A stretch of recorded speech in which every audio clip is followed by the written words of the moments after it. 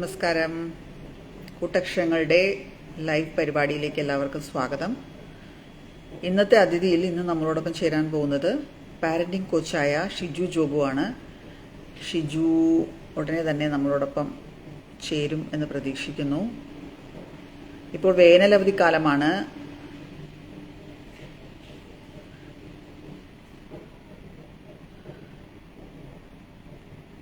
കുട്ടികൾ ബോറടിക്കുന്നു എന്നുള്ള ഒരു വാചകം എപ്പോഴും പറഞ്ഞുകൊണ്ടിരിക്കുന്ന ഒരു കാലം കൂടിയാണ്.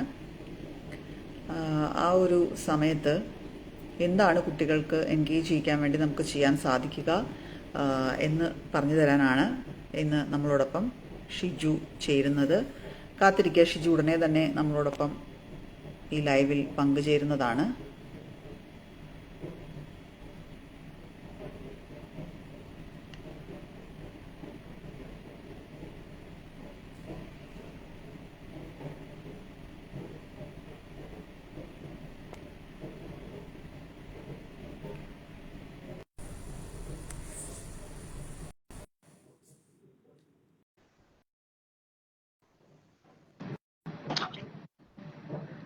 ഹലോ, കേൾക്കാമെന്ന് വിചാരിക്കുന്നു. കേൾക്കാം. അപ്പൊ നമ്മൾ ഇന്നത്തെ വിഷയം എന്ന് പറയുന്നത് വേനലവധി, കുട്ടികളുടെ വാശിക്കുള്ള പരിഹാരങ്ങൾ, പോംവഴികൾ എന്നുള്ള രീതിക്കാണ്. അപ്പൊ ആദ്യം നമുക്ക് ഷിജുവിനെ ഒന്ന് പരിചയപ്പെടാം. ഷിജുവിന്റെ സ്ഥാപനത്തെ അല്ലെങ്കിൽ സംരംഭത്തെ ഒന്ന് പരിചയപ്പെടാം. ഒന്ന് സ്വയം പരിചയപ്പെടുത്തുക ആദ്യം. എന്റെ പേര് ഷിജു ജോബുരാജ് എന്നാണ്. ഞാൻ തൃശ്ശൂർ സ്വദേശിനിയാണ്. ഇപ്പോ ഇന്ന് സാമ്പിൾ വെടിക്കെട്ടാണ്. 2 ദിവസം കഴിഞ്ഞാൽ തൃശ്ശൂർ പൂരമാണ്. എന്റെ തൃശ്ശൂരിന്റെ സ്വന്തം മരുമകളാണ് ഞാൻ. അപ്പൊ ഇവിടെ തന്നെ learn and grow with skip എന്ന് പറഞ്ഞ ഒരു സ്ഥാപനം ഇപ്പൊ നടത്തുന്നുണ്ട്. അത് ഡിസ്ലെക്സിയ ഉള്ള കുട്ടികളെ ഹെൽപ്പ് ചെയ്യാൻ വേണ്ടി, അവരെ ട്രെയിൻ ചെയ്യാൻ വേണ്ടിയിട്ടുള്ള ഒരു സ്ഥാപനമാണ്. അപ്പോ അതിനോടൊപ്പം തന്നെ ടീച്ചറാണ്. ഇപ്പോ എഞ്ചിനീയറിംഗ് കോളേജസിലൊക്കെയാണ് പഠിപ്പിച്ചിരുന്നത്. ഇപ്പൊ ഒരു പോളിടെക്നിക് കോളേജിൽ ഗസ്റ്റ് ലെക്ചറായിട്ട് പോകുന്നുണ്ട്. അപ്പോ ഇതൊക്കെയാണ് എന്നെ കുറിച്ചിട്ടുള്ള കാര്യം. അപ്പോ എന്താ പറയാ, തുടക്കം മുതലേ ഞാനൊരു ടീച്ചർ തന്നെയാണ്. അപ്പൊ ഇപ്പോഴും ഈ ടീച്ചിങ് ഫീൽഡിൽ തന്നെയാണ് ഉള്ളത്, ഡിസ്ലെക്സിയ ഉള്ള കുട്ടികൾക്കും. അപ്പോ ഇങ്ങനെ കുറെ കുട്ടികളെ പഠിപ്പിക്കുമ്പോഴും ഒരുപാട് പാരന്റ്സ് ഒരുപാട് ഡൗട്ടുകൾ ചോദിക്കുകയും ചെയ്ത് അവസാനം ഞാനൊരു എന്താ പറയുക, പാരന്റിങ് കോച്ചായിട്ട് രൂപാന്തരപ്പെടുകയായിരുന്നു എന്ന് വേണം പറയാൻ. അപ്പോ പാരന്റിങ് കോച്ച് എന്ന് പറയുമ്പോൾ പാരന്റിങ് അങ്ങനെ പഠിച്ചെടുക്കാവുന്ന ഒരു കാര്യമാണ് എന്ന് നമുക്ക് പറയാൻ സാധിക്കുമോ? പലർക്കും ഉള്ളൊരു സംശയമാണ് പാരന്റിങ് എന്നുള്ളത്. അത് വർഷങ്ങളായിട്ട് അല്ലെങ്കിൽ നൂറ്റാണ്ടുകളായിട്ട് എല്ലാവരും ചെയ്യുന്നത് തന്നെയല്ലേ, ഇതിൽ എന്താണ് ഇത്ര പഠിക്കാനുള്ളത് എന്നുള്ളൊരു ചോദ്യം എല്ലാവർക്കും ഉണ്ടാവും. അപ്പൊ പാരന്റിങ് കോച്ചിങ് എന്നതുകൊണ്ട് എന്താണ് ഉദ്ദേശിക്കുന്നത്? എന്ന് വെച്ചാ എല്ലാവരും ഇപ്പോ പഠിച്ചെടുക്കാൻ പറ്റുമെന്ന് ചോദിച്ചാൽ ആർക്കും പഠിച്ചെടുക്കാനൊന്നും പറ്റില്ല. ഇത് പഠിച്ചു പാസ്സാവാൻ പറ്റുന്ന ഒരു കോഴ്സ് അല്ല ഇത്. പക്ഷെ ആരും പഠിച്ചിട്ടല്ല ഇതിനു മുമ്പ് ചെയ്തത് എന്നുള്ളത് കൊണ്ടും, സയന്റിഫിക് ആയിട്ടല്ല ഇത്രയും കുറെ കാലങ്ങളായി പാരന്റിങ് നടന്നുകൊണ്ട് വരുന്നത് എന്നുള്ളത് കൊണ്ടും തന്നെ നമ്മുടെ നാട്ടില് പല കുട്ടികൾക്കും, ഇപ്പോ നമ്മൾ ഉൾപ്പെടെ പല കുട്ടികൾക്കും ഒരുപാട് ചൈൽഡ്ഹുഡ് ട്രോമാസ് ഉണ്ട്. അതുകൊണ്ട് തന്നെ പലതരത്തിലുള്ള അവരുടെ അഡൽഹുഡിലേക്ക്, അവരുടെ മരിക്കുന്നത് വരെ ഗ്രേവിലേക്ക് അവർക്ക് കൊണ്ടുപോകാവുന്ന ഒരുപാട് വിഷമങ്ങളും ഒരുപാട് പ്രശ്നങ്ങളും ഉണ്ട്. അപ്പോ പണ്ടത്തെ പാരന്റ്സ് എന്ന് പറഞ്ഞു കഴിഞ്ഞാൽ ഒരു കൂട്ടുകുടുംബമൊക്കെ ആയിരുന്നപ്പോ ആർക്കെങ്കിലും ഒക്കെ കുറെ കുട്ടികളെ വളർത്തി, ഇപ്പൊ ആദ്യത്തെ കുട്ടിയെ വളർത്തി അത് ശരിയായില്ല എങ്കിലും രണ്ടാമത്തെയും മൂന്നാമത്തെയും ഒരു 10ാമത്തെ കുട്ടീനെ വരെ വളർത്തി ശരിയാക്കാനുള്ള ഒരു ഓപ്ഷൻ അവർക്ക് ഉണ്ടായിരുന്നു. പിന്നെ ഇപ്പോ കുടുംബത്തിലെ ഒരു ഫസ്റ്റ് ബേബീനെ വളർത്തിയിട്ടുള്ള പ്രശ്നങ്ങളൊക്കെ സെക്കൻഡ് ബേബീനെ വളർത്തുമ്പോൾ അവർക്ക് റെക്ടിഫൈ ചെയ്യാനുള്ള ഒരു ഓപ്ഷൻ ഉണ്ടായിരുന്നു. അപ്പൊ അങ്ങനെ കുറെ കാലങ്ങളായി വളർത്തിക്കൊണ്ട് വന്ന് കേട്ടറിവുകളൊക്കെ വെച്ചിട്ട് അവർക്ക് എങ്ങനെയെങ്കിലുമൊക്കെ അതൊന്നും സപ്പോർട്ട് ചെയ്ത് പോവാൻ പറ്റുമായിരുന്നു. പക്ഷെ ഇപ്പൊ ന്യൂക്ലിയർ ഫാമിലീസിൽ എല്ലാവരും അച്ഛനും അമ്മയും ജോലിക്കാരായിരിക്കും, ചിലപ്പോൾ ഗ്രാൻഡ് പാരന്റ്സും കൂടെ ഉണ്ടാവില്ല, അല്ലെങ്കിൽ അവരും വേറെ എന്തെങ്കിലുമൊക്കെ തിരക്കുള്ള ആൾക്കാരായിരിക്കും, മേടുകളുടെ കൂടെ ആയിരിക്കും കുട്ടികൾ വളരുന്നത്. അപ്പൊ ഈ പാരന്റ്സിന് ശരിക്കും പറഞ്ഞ ഒരു ക്വാളിറ്റി ടൈം സ്പെൻഡ് ചെയ്യാനോ ഒന്നും പറ്റുന്നില്ല. അപ്പൊ പാരന്റ്സ് ആരും തന്നെ റെഡിയായി, മിക്കവാറും നമ്മുടെ നാട്ടിലൊക്കെ ഒരാളും റെഡി ആയിട്ടല്ല ഈ പാരന്റ് ആവുന്നത്. എന്താ പറയാ, ഒരു പാരന്റ് ആവുക എന്ന് പറഞ്ഞാൽ ഒരു കല്യാണം കഴിഞ്ഞ് കുറെ ആൾക്കാർ ചോദിക്കുന്നു എപ്പോഴാ കുട്ടി ഉണ്ടാകുന്നത്, കുട്ടി ആയില്ലേ, വിശേഷം ആയില്ലേ എന്ന് ചോദിക്കുന്നു. കുറച്ച് നാൾ കഴിയുമ്പോൾ വിശേഷം ആവുന്നു, കുട്ടിയാവുന്നു. അല്ലാതെ ഒരാൾ മനസ്സുകൊണ്ട് പ്രിപ്പയർഡ് അല്ല പാരന്റ് ആവാൻ. മനസ്സുകൊണ്ട് പ്രിപ്പയർഡ് ആവണം, നമ്മള് ഫിനാൻഷ്യലി സെറ്റിൽഡ് ആവണം. നമ്മുടെ കൂടെ ഒരു എന്താ പറയാ കയ്യും കാലും ബുദ്ധിയൊക്കെ ഉള്ള ഒരു കുട്ടി കൂടെ ജനിച്ച് വളരാൻ പോവുകയാണ്. അപ്പോ അതിന് നമ്മൾ ഫിനാൻഷ്യലി സ്റ്റേബിൾ ആവണം. ആ കുട്ടിയെ നോക്കാനുള്ള മനസ്സും സമയവും ഒക്കെ നമുക്ക് ചെലവഴിക്കാനുണ്ടാവണം. രണ്ടുപേരും ഈക്വലി അതിന് പറയാ കൊടുക്കാൻ പറ്റുന്നവരാവണം. പാരന്റ്സ് രണ്ടുപേരും, അച്ഛനും അമ്മയും അതിന് ഒരേപോലെ സമയം കൊടുക്കാനും കാശ് കൊടുക്കാനും ആ കുട്ടിയെ വളർത്തിയെടുക്കാൻ ആ കുട്ടിക്ക് എന്ത് പ്രശ്നമുണ്ടെങ്കിലും രണ്ടുപേരും കൂടെ ഒരുമിച്ച് സോൾവ് ചെയ്യാൻ പറ്റുന്ന രണ്ടുപേരും തമ്മിലും ഒരു നല്ലൊരു ബന്ധവും വേണം. എന്നാലേ ഒരു കുട്ടിയെ വളർത്തിയെടുക്കാൻ പറ്റുള്ളൂ. അല്ലാതെ എപ്പോഴെങ്കിലുമൊക്കെ എന്താ പറയാ എങ്ങനെയോ അറിയാതെ എങ്ങനെയോ കുട്ടി ഉണ്ടായി ആ കുട്ടി അവിടെ കളർന്ന് വളരും എന്ന് പറഞ്ഞ് നമുക്ക് ഇപ്പൊ ജീവിക്കാൻ പറ്റില്ല. കാരണം ഇപ്പൊ അങ്ങനത്തെ ഒരു ലോകമാണ്. കാരണം കുട്ടികൾക്ക് ഇപ്പോ എന്താ പറയാ നമ്മളെക്കാളൊക്കെ വളരെ അഡ്വാൻസ്ഡ് ആയിട്ടുള്ള കുട്ടികളാണ്. അപ്പൊ അവരെ വളർത്തണമെങ്കിൽ നമ്മൾക്ക് അതിൻ്റെതായ ടെക്നിക്കുകൾ അതിനേക്കാൾ കൂടുതൽ അറിഞ്ഞിരിക്കണം. പഠിച്ചിരിക്കണം എന്നുള്ളത് തന്നെയാണ് അതെ ഷിജു പറയുന്നത്. ഇപ്പൊ നമ്മുടെ അതെ വിഷയം വേനലവധിയാണ്. തീർച്ചയായിട്ടും 2 മാസം കുട്ടികളെ എൻഗേജ് ചെയ്യിക്കുക എന്നുള്ളത് മാതാപിതാക്കളെ സംബന്ധിച്ചിടത്തോളം, പ്രത്യേകിച്ചും ജോലിയുള്ള മാതാപിതാക്കളെ സംബന്ധിച്ചിടത്തോളം ഒരു വലിയൊരു വിഷയം തന്നെയാണ്. ഇപ്പോ ചൂട് കാലം കൂടിയാണ്. അതുകൊണ്ട് പുറത്ത് പോയി കളിക്കൂ എന്ന് നമുക്ക് കൂടുതൽ പറയാനും സാധിക്കില്ല. അല്ലെങ്കിൽ പുറത്ത് എവിടെയെങ്കിലും ഒക്കെ ഒരു ആക്ടിവിറ്റീസിലേക്ക് കൊണ്ടുവിടുക എന്നുള്ളതൊന്നും ഇപ്പോഴുള്ള ഒരു കാലാവസ്ഥയിൽ അത് സാധ്യമാവുകയുമില്ല. അപ്പൊ നമുക്ക് വീട്ടിനകത്ത് തന്നെ കുട്ടികളെ എങ്ങനെയൊക്കെ എൻഗേജ് ചെയ്യിക്കാം എന്നുള്ളതാണ് നമ്മുടെ ഇന്നത്തെ ഒരു ലൈവിന്റെ പ്രധാന ഒരു വിഷയം. അപ്പൊ ഒരു ചെറിയ കുട്ടികളിൽ നിന്ന് നമുക്ക് തുടങ്ങാം. ഇപ്പൊ ഒരു 5 വയസ്സ് വരെയൊക്കെ സ്കൂളിലൊന്നും പോകാത്ത പ്രായത്തിലൊക്കെയുള്ള, അല്ലെങ്കിൽ ഒരു 4 വയസ്സ് വരെയൊക്കെയുള്ള കുട്ടികളെയൊക്കെ നമുക്ക് എങ്ങനെ വീട്ടിനകത്ത് ഈ ഒരു വേനലവധി കാലത്ത് എൻഗേജ് ചെയ്യിക്കാം? കുറച്ച് ഐഡിയകളൊന്ന് ഷെയർ ചെയ്യും. അപ്പൊ ഒരു 4 വയസ്സ് വരെയുള്ള കുട്ടികളൊക്കെയാന്ന് വിചാരിക്കുക. അപ്പൊ അവർക്ക് നമ്മൾ ഇത് തുടങ്ങിയിട്ടില്ല, അവർക്ക് മറ്റേ സ്കൂളിൽ ഒന്നും തുടങ്ങി കാണില്ല. അപ്പൊ അവര് എന്താണ് സംഭവം എന്ന് വെച്ച് കഴിഞ്ഞാൽ അവർക്ക് ഒരുപാട് ടോയ്സ് ഉണ്ടാവും. അപ്പോൾ 4 വയസ്സ് വരെയുള്ള കുട്ടി എന്ന് പറയുമ്പോൾ ഒരു ഫുൾ ടൈം ബേബി സിറ്റർ ആ കുട്ടിയുടെ കൂടെ ഉണ്ടാവും. ഒന്നുകിൽ പാരന്റ് അല്ലെങ്കിൽ മെയ്ഡ്, അങ്ങനെ ആരെങ്കിലും ഒരു ഫുൾ ടൈം ആരെങ്കിലും വേണം. അല്ലാണ്ട് കുട്ടി ഒറ്റയ്ക്ക് നമുക്ക് ഒരിക്കലും വീട്ടിലിട്ടിട്ട് പോകാൻ പറ്റില്ല. നമ്മുടെ ഇവിടെ അങ്ങനത്തെ സ്ട്രിക്റ്റ് റൂൾസ് ഒന്നും ഇല്ലെങ്കിലും നമ്മൾ ആരും അങ്ങനെ ചെയ്യില്ല. ഒരിക്കലും കുട്ടി ഒറ്റയ്ക്ക് ഇട്ടിട്ടൊന്നും നമ്മൾ പോവില്ല. അപ്പൊ അവരെ ആദ്യം തന്നെ ട്രെയിൻ ചെയ്യിക്കേണ്ടത് എന്തിനാന്ന് വെച്ച് കഴിഞ്ഞാല് കുട്ടിയെ ഏറ്റവും നല്ലൊരു സമയം, സ്ക്രീൻ ടൈം അല്ലാത്ത ഒരു സമയം ആ കുട്ടിക്ക് കൊടുക്കുക എന്നുള്ളതാണ്. അതായത് കുട്ടിയെ ഫോൺ വെച്ചു കൊടുത്ത് അവരവരുടെ പണി ചെയ്യുക എന്നുള്ളതല്ല അവിടെ ചെയ്യേണ്ട കാര്യം. അല്ലെങ്കിൽ ഫോണോ ടിവിയോ വീഡിയോ ഗെയിമോ ഒക്കെ വെച്ചു കൊടുത്ത് കുട്ടി അവിടെ ഇരുന്നോളും, അവിടെ ഇരുന്ന് കളിച്ചോളും, മിണ്ടാതിരുന്ന് ഫോണും കണ്ടിരുന്നോളും. അതെല്ലാവരും പറയാറുള്ള കാര്യമാണ്. കുട്ടി അവിടെ ഫോണും കണ്ടിരുന്നോളും. ഒരിക്കലും അങ്ങനെ ചെയ്യരുത്. കാരണം ഒരു കുട്ടി ഫോൺ കാണുക എന്ന് പറഞ്ഞാൽ തന്നെ ഒരു 2-3 വയസ്സ് വരെ ഒന്നും കുട്ടീനെ സ്ക്രീൻ ഒട്ടും കാണിക്കാൻ പാടില്ല. സത്യത്തിൽ അത് കുട്ടിയുടെ ബ്രെയിനിന് തന്നെ ഒരു പെർമനന്റ് ഡാമേജ് ചെയ്യുന്ന ഒരു കാര്യമാണ്. അപ്പൊ നമ്മളൊക്കെ പക്ഷെ സമയത്തിന്റെ കുറവും മൂലവും പല കാരണങ്ങൾ കൊണ്ടും ഫോൺ വെച്ചു കൊടുത്താൽ നമ്മുടെ പണി കഴിഞ്ഞു. പിന്നെ കുട്ടിയെ കൊണ്ട് ഒരു ശല്യം ഇല്ല എന്നുള്ളതുകൊണ്ട് നമ്മളത് ചെയ്തിട്ട് പോകും. അതൊരിക്കലും ചെയ്യരുത്. കുട്ടിയുടെ കൂടെ നമ്മളൊരു കെയർ ടേക്കർ ഉള്ള ഒരാള് കുട്ടിയുടെ കൂടെ ബോൾ കളിക്കുക, അല്ലെങ്കിൽ എന്തെങ്കിലും ഒരു കളിക്കുക, അവിടെ ഇരുന്ന് എന്തെങ്കിലും ടോയ്സ് വെച്ച് കളിക്കുക. പിന്നെ ഏറ്റവും നല്ലത് ക്ലേ വെച്ചൊക്കെ മോഡൽ ചെയ്ത് തുടങ്ങുക. അതായത് ആ കുട്ടി ഇപ്പോ അടുത്തത് പോവാൻ പോകുന്നത് ആ കുട്ടി പ്രീ സ്കൂളിലേക്കാണ്. ആ കുട്ടിക്ക് പെൻസിലിന്റെ ഗ്രിപ്പ് കിട്ടേണ്ട ആവശ്യമുണ്ട്. അപ്പൊ ആ കുട്ടീനെ കുട്ടി ചെയ്യിപ്പിക്കേണ്ട കാര്യം എന്താന്ന് വെച്ച് കഴിഞ്ഞാൽ ക്ലേ ഒക്കെ മോഡൽ ചെയ്ത് ആ കുട്ടിക്ക് ആദ്യം തന്നെ ആ ഫൈൻ മോട്ടോർ സ്കിൽസും ഗ്രോസ് മോട്ടോർ സ്കിൽസും റെഡി ആവണം. ഗ്രോസ് മോട്ടോർ സ്കിൽ എന്ന് പറഞ്ഞാൽ ഓടാനും നടക്കാനും, വീഴാതെ നടക്കാനും വീഴാതെ ഓടാനും ഒക്കെയുള്ള സ്കില്ലുകൾ. അപ്പോൾ ആ വലിയ പേശികൾ, നമ്മുടെ വലിയ മസിൽസും ഒക്കെ അതിന് നമ്മൾ കൺട്രോൾ ചെയ്യാനുള്ള സ്കില്ലുകൾ കുട്ടിക്ക് ആദ്യം കിട്ടണം. അത് മിക്കവാറും അപ്പോഴേക്കും ആയിട്ടുണ്ടാവും. ഒരു 4 വയസ്സിനുള്ളിലൊക്കെ കുട്ടിക്ക് ഓടാനും നടക്കാനൊക്കെ, പിടിക്കാതെ നടക്കാനൊക്കെ പറ്റുന്ന ഒരു ഇതായിട്ടുണ്ടാവും. സ്റ്റെപ്പ് കയറാനും ഒക്കെ പറ്റും. പക്ഷെ അത് കഴിഞ്ഞൊരു ഫൈൻ മോട്ടോർ സ്കില്ലിലേക്ക് വരുമ്പോഴാണ് ഈ പെൻസിൽ ഉപയോഗിക്കുക, കത്രിക ഉപയോഗിക്കുക. പക്ഷെ കത്രിക ഒന്നും നമുക്ക് നേരിട്ട് കൊടുക്കാൻ പറ്റില്ല 4 വയസ്സിലൊന്നും. അപ്പൊ പെൻസിൽ ഉപയോഗിക്കുക എന്നതിലേക്ക് നമുക്ക് എത്തിക്കണം. അപ്പൊ അതിന് വേണ്ടിയിട്ട് ആദ്യം ചെയ്യാവുന്നത്, ശരിക്കും പണ്ട് പറയുക മണ്ണിൽ കളിക്കുക എന്നുള്ളതാണ്. ഏറ്റവും നല്ലത് മണ്ണിൽ കളിക്കുന്നതാണ് കുട്ടികൾ. പക്ഷെ നമുക്കിപ്പോ മണ്ണിലൊന്നും വിടാൻ പറ്റില്ല, അങ്ങനെ ഒരു ഓപ്ഷനേ ഇല്ല. ഇപ്പോ എന്താ പറയാ, എല്ലായിടത്തും പടുകൂറ്റം ഫ്ലാറ്റുകളൊക്കെയാണ്, അവിടെ എവിടെ മണ്ണ്. അപ്പൊ മണ്ണൊന്നൊരു ഓപ്ഷൻ നമുക്കിപ്പോ ഇല്ല സത്യത്തിൽ. മുറ്റമുള്ള വീടുകളാണെങ്കിൽ പോലും ഒരാൾ ഇപ്പൊ പുറത്തേക്ക് വിടില്ല. അപ്പൊ ഏറ്റവും നല്ലത് കുട്ടികളെ ക്ലേ വെച്ച് കൈ കൊണ്ടൊക്കെ നല്ലോണം ഷേപ്പ് ചെയ്തൊക്കെ പഠിപ്പിക്കുക. പിന്നെ വലിയ വലിയ ജംബോ ക്രയോൺസ് ഒക്കെ വാങ്ങിച്ചു കൊടുത്ത് വെറുതെ എന്തെങ്കിലുമൊക്കെ വരച്ചിടാൻ പറയാം. പേപ്പർ കൊടുത്തിട്ട് കുറെ ചാർട്ട് പേപ്പേഴ്സ് ഒക്കെ കൊടുത്ത് കുട്ടികൾ ചുമരിൽ വരയ്ക്കുന്നവരും ഉണ്ടാവും. നിങ്ങൾ ഒരു കാര്യം മനസ്സിലാക്കുക, കുട്ടികളെ നിങ്ങളുടെ ചുമര് എത്ര വൃത്തിയായാണോ ഇരിക്കുന്നത് അതിനർത്ഥം ആ കുഞ്ഞ് അത്രയും എന്താ പറയാ റെസ്ട്രിക്ഷൻസോടെയാണ് വളരുന്നത് എന്നാണ്. എല്ലാ വീടുകളിലും കുട്ടികളുള്ള വീടുകളിൽ ചുമരുകളൊക്കെ കുറച്ച് അഴുക്കൊക്കെ ആവും. നമ്മൾ കുറച്ച് വിട്ടുകൊടുക്കുക. പിന്നെ നിങ്ങൾക്ക് അത്രയും ഒരു പെർഫെക്ഷനിസ്റ്റ് ആണ്, നിങ്ങൾക്ക് ചുമര ഒട്ടും തടക്കാൻ നിങ്ങൾ തയ്യാറേ അല്ല എന്നുള്ളൊരു ആൾക്കാരാണെങ്കിൽ നിങ്ങൾ മാക്സിമം ശ്രമിക്കുക. ശ്രമിച്ചു നോക്കുക, കുട്ടിക്ക് ചാർട്ട് പേപ്പർ ഒക്കെ കൊടുത്തു നോക്കുക, കുട്ടിയെ കൊണ്ട് പേപ്പറിൽ വരപ്പിക്കുക. എപ്പോഴും പേപ്പർ അവൈലബിൾ ആയിട്ട് ഇരിക്കട്ടെ. വലിയ വലിയ ഷീറ്റ് പേപ്പറുകൾ കുട്ടികൾക്ക് അവൈലബിൾ ആയിരിക്കുകയാണെങ്കിൽ കുട്ടികൾ അതിലിരുന്ന് എന്തെങ്കിലുമൊക്കെ സ്ക്രിബിൾ ചെയ്ത് ഫൈനലി ആ വലിയ വലിയ ക്രയോൺസ് പിടിച്ച് നമുക്ക് ക്രയോൺസ്, ജംബോ ക്രയോൺസിൽ നിന്ന് സാധാരണ ക്രയോൺസിന്റെ ഇതിലേക്ക് എത്തിക്കാൻ പറ്റും. ഏറ്റവും ചെറിയ ക്രയോൺസ് ഉപയോഗിക്കാറായിട്ടില്ല. ജംബോ ക്രയോൺസിൽ നിന്ന് സാധാരണ കുറച്ചും കൂടെ ഒരു തിക്കായിട്ടുള്ള ഒരു ക്രയോൺസ് വരെ ഉപയോഗിക്കുന്ന രീതിയിലായി കഴിഞ്ഞാൽ കുട്ടിയുടെ പെൻസിൽ ഗ്രിപ്പിലേക്ക് നമുക്ക് കടക്കാൻ പറ്റും. പിന്നീട് നമുക്ക് പെൻസിൽ കൊടുത്ത് ഉപയോഗിക്കാൻ പറ്റും. അപ്പൊ അവർക്ക് ഇരിപ്പുണ്ടെങ്കിൽ ഒന്ന് കാണിച്ചു കൊടുത്താൽ നല്ലതായിരുന്നു. അടുത്തിരിപ്പുണ്ടോ? എന്റെ കയ്യിലില്ല, ജംബോ ക്രയോൺസ് ഇല്ല. കുറച്ച് എന്ന് വെച്ചാൽ തിക്കായിട്ടുള്ള ക്രയോൺസ്, എന്ന് വെച്ചാൽ നല്ല വലിയ ക്രയോൺസ് കുട്ടികൾക്ക് പിടിക്കാൻ ആണെങ്കിലും കുഴപ്പമില്ല. അവരെങ്ങനെയെങ്കിലും സ്ക്രിബിൾ ചെയ്തോട്ടെ. അവർക്ക് കളേഴ്സ് പെൻസിൽ ആദ്യം കൊടുക്കണ്ട.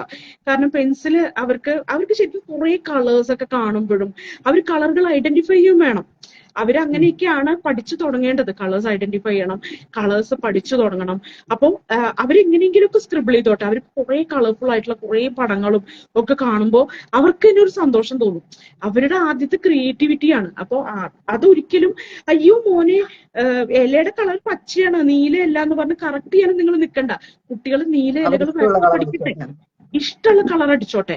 എന്നിട്ട് അവർക്ക് സ്പേസ് കൊടുക്കുക. അവർക്ക് അങ്ങോട്ട് വളരാനും ഗ്രോ ചെയ്യാനും ഡെവലപ്പ് ചെയ്യാനും അവരുടെ ബ്രെയിൻ ഡെവലപ്മെന്റിന് ഇവിടെ മക്കൾക്ക് ബോർഡ് വാങ്ങി കൊടുത്തിരുന്നു. അതുകൊണ്ട് ഭിത്തിയിൽ വരയ്ക്കാതെ അതിൽ വരയ്ക്കുമായിരുന്നു. ആ ബോർഡ് നല്ലൊരു ഓപ്ഷനാണ്. എനിക്കിവിടെ വൈറ്റ് ബോർഡ് ഉണ്ട്. രണ്ട് തരത്തിലുള്ള സൈഡിലുള്ള ബോർഡുകൾ ഉണ്ടല്ലോ. ഒരു സൈഡില് നമുക്ക് ചോക്ക് കൊണ്ട് വരയ്ക്കാനും മറ്റേ സൈഡില് മാർക്കർ കൊണ്ട് വരയ്ക്കാനുള്ള ടൈപ്പ് ബോർഡുകളൊക്കെ അവൈലബിൾ ആണ്. അതൊക്കെ കുട്ടികൾക്ക് ഭയങ്കര ഇഷ്ടാവും. അത് സ്കൂളിൽ പോയി തുടങ്ങുന്ന കുട്ടികൾക്ക് അത് കൂടുതൽ ഇഷ്ടാവുക. കാരണം അവർ കാണുന്നുണ്ട് ടീച്ചർ അവിടെ ചെയ്യുന്നത്. അപ്പൊ അതൊരു ഭയങ്കര അമൂല്യമായിട്ടുള്ള ഒരു വസ്തുവാണ് അവരെ സംബന്ധിച്ചിടത്തോളം. അതിൽ എഴുതാൻ പറ്റുക എന്ന് പറയുന്നത്. അതെ അവർക്ക് ഭയങ്കര ഒരു അതൊക്കെ വാങ്ങിച്ചു കൊടുത്ത് അവർക്ക് ഭയങ്കര സന്തോഷമായിക്കോളും. അത് പിടിച്ച് നമ്മളെ പഠിപ്പിച്ചോളൂ. ടീച്ചറായിട്ട് അഭിനയിക്കാനും ഒക്കെ അവർക്ക് റോൾ പ്ലേ ചെയ്യാനൊക്കെ പറ്റിയൊരു പ്രായമാണത്. പിന്നെ ഈ വീടിനകത്തിരിക്കുന്ന കുട്ടികളെ കളിപ്പിക്കാവുന്ന ഒരു കാര്യം എന്താന്ന് വെച്ചാൽ ഈ ചൂട് കാലത്ത് നമ്മൾ പുറത്തു വിടുന്നത് ഈ പ്രശ്നം തന്നെയാണ്. അപ്പോ ഈ കുട്ടികളെ നമുക്ക് വെള്ളത്തിൽ നല്ലോണം കളിപ്പിക്കാൻ പറ്റും. അപ്പൊ സ്വിമ്മിങ്ങിന് കൊണ്ടുപോകാനൊക്കെ പറ്റും. സ്വിമ്മിങ് പൂൾസ് ഒക്കെ അടുത്തൊക്കെ ഉണ്ടെങ്കിൽ സ്വിമ്മിങ്ങിനൊക്കെ കുറേശ്ശെ ഒരു 7 വയസ്സിന് മുകളിലുള്ള കുട്ടികളെയാണ് ഇപ്പൊ ഇവിടെ തൃശ്ശൂരൊക്കെ ഞാൻ അന്വേഷിച്ചിടത്തോളം 7 വയസ്സിന് മുകളിലൊക്കെ ഉള്ള വേണം കുട്ടികളെ സ്വിമ്മിങ് പഠിപ്പിക്കാൻ. 8 വയസ്സിന് മുകളിൽ എന്നൊക്കെ അവർ പറയുന്നുണ്ട്. അപ്പൊ എന്ന് വെച്ചാൽ അവർ മുങ്ങി പോവാതിരിക്കാൻ അവർക്ക് നിൽക്കാൻ പറ്റണം, ഒരു ശരീരത്തിന് സ്ട്രെങ്ത് കിട്ടുന്ന ഒരു പ്രായം എന്നാണ് പറയുന്നത് ജനറലി. അപ്പോ സ്വിമ്മിങ് പഠിപ്പിക്കുക എന്നുള്ളത് നല്ലൊരു കാര്യമാണ്. കാരണം വേനലില് സ്വിമ്മിങ് വളരെ നല്ലൊരു അവരെ തണുപ്പിക്കാനും ഒരു ഭയങ്കര ഒരു കാര്യമാണ്. പിന്നെയുള്ളൊരു സംഭവം വീട്ടിൽ തന്നെ ഈ സ്വിമ്മിംഗ് പൂളിന്റെ ടബ് വാങ്ങിക്കാൻ കിട്ടും. അതിൽ കുറെ വെള്ളം നിറച്ചിട്ട് കുട്ടികളെ ഇപ്പൊ മുറ്റത്തായാലും കുറച്ചൊരു തണലുള്ള വല്ല സ്ഥലം അല്ലെങ്കിൽ ഒരു ചെറിയ ബാൽക്കണി ഉണ്ടായാലും മതി, തണലുള്ള ഒരു സ്ഥലം ഉണ്ടെങ്കിൽ അവിടെ വെള്ളം നിറച്ചിട്ട് കുട്ടികൾ അതിലിരുന്ന് ചവിട്ടി മെതിച്ച് കളിച്ചോട്ടെ. വളരെ സേഫാണ്. അത് സേഫും ആണല്ലോ. പക്ഷെ ഒരാൾ എപ്പോഴും നിൽക്കുക. കാരണം തീരെ ചെറിയ കുട്ടികളൊക്കെ അത് വേണം, മുങ്ങി പോവാതെ നോക്കണം. അങ്ങനെ അത് ഭയങ്കര ഇഷ്ടാവും അവർക്ക്. കളി ഈ വെള്ളത്തിലുള്ള കളി ഭയങ്കര ഇഷ്ടാവും. അത് പക്ഷെ സൈക്കോളജിക്കലി അവരെ കാം ചെയ്യാനും വളരെ നല്ലതാണ്. അവരുടെ കുറെ ദേഷ്യമൊക്കെ അതിലങ്ങോട്ട് പോയി കിട്ടും കളിക്കുമ്പോ. എനർജിയുടെ ഒരു ബണ്ടിലാണല്ലോ, പ്രത്യേകിച്ച് ഒരു 4-5 വയസ്സുള്ള കുട്ടികൾ എന്ന് പറയുമ്പോൾ അവർക്ക് എനർജി എങ്ങനെയൊക്കെ ഉപയോഗിക്കാം എന്നറിയാത്തൊരു പ്രായം കൂടിയാണ്. പലപ്പോഴും മാതാപിതാക്കൾക്ക് അതൊരു വിഷയമായി വരാറുണ്ട്. നമ്മൾ കുറച്ചുകൂടി വലിയൊരു വയസ്സുള്ള കുട്ടികളുടെ കാര്യം എടുക്കുകയാണ്. ഇപ്പൊ ഒരു സ്കൂളിലൊക്കെ പഠിക്കുന്ന പ്രൈമറി ഏജിലൊക്കെയുള്ള കുട്ടികളാണ്. അപ്പൊ അവർക്ക് കൃത്യമായിട്ടും ഒരു വെക്കേഷൻ തന്നെയാണ്. 2 മാസമാണ് അവർക്ക് എല്ലാത്തിൽ നിന്നും ഒഴിഞ്ഞിരിക്കാനുള്ള ഒരു സമയം കിട്ടുന്നത്. അപ്പൊ എന്തായാലും എന്തെങ്കിലും പഠിപ്പിക്കാൻ എന്നുള്ളതൊന്നും അവര് ഒരിക്കലും അംഗീകരിക്കാൻ പോകുന്നില്ല. അപ്പൊ അത്തരത്തിലുള്ള പ്രായത്തിലുള്ള കുട്ടികളെ നമുക്ക് എന്തൊക്കെ കാര്യങ്ങളിൽ എൻഗേജ് ചെയ്യാൻ സാധിക്കും? കൂടെ പ്രായം ആയ കുട്ടികളാവുമ്പോൾ നമുക്ക് അവരെ ഈ സൈക്ലിങ്ങിന്, നീന്തലിന് അവരൊക്കെ ധൈര്യമായിട്ട് നമുക്ക് സൈക്ലിങ്ങിന് നീന്തലിനൊക്കെ വിടാം. അപ്പോ അവരാണെങ്കിൽ ഇപ്പൊ കൂടെ ആരാണുള്ളത് മോനെ, ഇപ്പൊ വേറെ എന്തെങ്കിലും ഇപ്പൊ ഒരു മറ്റൊരു സോഷ്യൽ എൻവയോൺമെന്റിലേക്ക് വിടുമ്പോഴും എന്തെങ്കിലും ഒരു ബാഡ് ടച്ച് ഒക്കെ ഉണ്ടായാലും എന്തെങ്കിലും ഒരു ബാഡ് അനുഭവം ഉണ്ടായാലും ആ കുട്ടി വന്ന് നമ്മളോട് റിപ്പോർട്ട് ചെയ്യാൻ പറ്റുന്ന ഒരു പ്രായമായി കഴിഞ്ഞു. കുട്ടിക്ക് വർത്തമാനം പറയുന്ന ഒരു പ്രായമായി കഴിഞ്ഞു. അപ്പോൾ നമുക്ക് പിന്നെ സേഫുമാണ്. ആ കുട്ടി ഇപ്പോൾ സ്കൂൾ മേറ്റ്സ് ഉണ്ടാവും, ക്ലാസ്മേറ്റ്സ് ഉണ്ടാവും. അപ്പൊ അവരുടെ പാരന്റ്സ് ആയിട്ട് നമുക്കും കമ്മ്യൂണിക്കേറ്റ് കമ്മ്യൂണിക്കേറ്റ് ചെയ്യാനുള്ള നമുക്കും നമ്മുടെ ഈ സർക്കിൾ കൂടുകയാണ്. നമ്മുടെ മക്കൾ വലുതാവും തോറും നമ്മുടെ സർക്കിൾ കൂടി വരികയാണല്ലോ. അപ്പൊ നമുക്കും അവരോട് കമ്മ്യൂണിക്കേറ്റ് ചെയ്യാം എങ്ങനെ നമ്മുടെ മക്കൾ സേഫ് ആണോ. ഇപ്പൊ ആ ട്രെയിനർ കുഴപ്പമില്ലല്ലോ, ഇപ്പൊ ഫുട്ബോൾ കോച്ചിങ്ങിന് വിടാം. അതൊക്കെ നല്ല ഓപ്ഷൻസ് ആണ്. ഇപ്പൊ നമുക്ക് നാട്ടിലൊക്കെ ഇവിടെ നല്ലോണം ഫുട്ബോൾ കോച്ചിങ്ങുകളും ഒക്കെ നടക്കുന്നുണ്ട്. അപ്പൊ വൈകുന്നേര സമയങ്ങളിലാണ് മിക്കവാറും അവര് നട്ടുച്ച സമയത്തൊന്നും കോച്ചിങ് നടത്തില്ല. അപ്പൊ വൈകുന്നേര സമയങ്ങളിൽ അവർ കുറെ ഓടി കളിച്ച് തളർന്ന് ക്ഷീണിച്ച് അങ്ങനെ ഒരു ഇത് വരുന്നത് നല്ലതാണ്. പിന്നെ ചില കുട്ടികളുണ്ട് തീരെ ഇതിനൊന്നും പോവില്ല, ഭയങ്കര മടിയന്മാരുണ്ടാവും, ഓടാൻ പറ്റില്ല, ചാടാൻ പറ്റില്ല. അങ്ങനെയുള്ളവർക്ക് പറ്റുന്നത് എന്നാലും അവരെ ആയാലും നമ്മൾ എങ്ങനെയെങ്കിലും നല്ലോണം എൻഗേജ് ചെയ്യിച്ചേ മതിയാവും. കാരണം ഇതൊക്കെ കഴിഞ്ഞ് 2 മാസം കഴിഞ്ഞ് തിരിച്ച് ക്ലാസ്സിൽ പോകുമ്പോൾ അല്ലെങ്കിൽ അവർക്ക് ഭയങ്കര ഒരു ബുദ്ധിമുട്ടായിരിക്കും. ഒന്നാമത് ഈ 2 മാസത്തിനുള്ളിൽ മാത്സ് ഒക്കെ കംപ്ലീറ്റ് പോകും കുട്ടികളുടെ തലേന്ന്. മാത്സ് ആണ് ഏറ്റവും വേഗം ആവിയായി പോകുന്ന കാര്യം.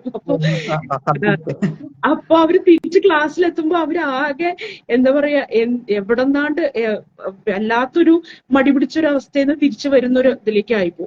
ആകെ ചിലപ്പോൾ തുരുമ്പിച്ചൊരു അവസ്ഥയിൽ നിന്ന് തിരിച്ച് റൂട്ടീനിലേക്ക് വരേണ്ട ഒരു അവസ്ഥയും. അത് ഭയങ്കര ബുദ്ധിമുട്ടാണ്, നമുക്കും ബുദ്ധിമുട്ടായിരിക്കും.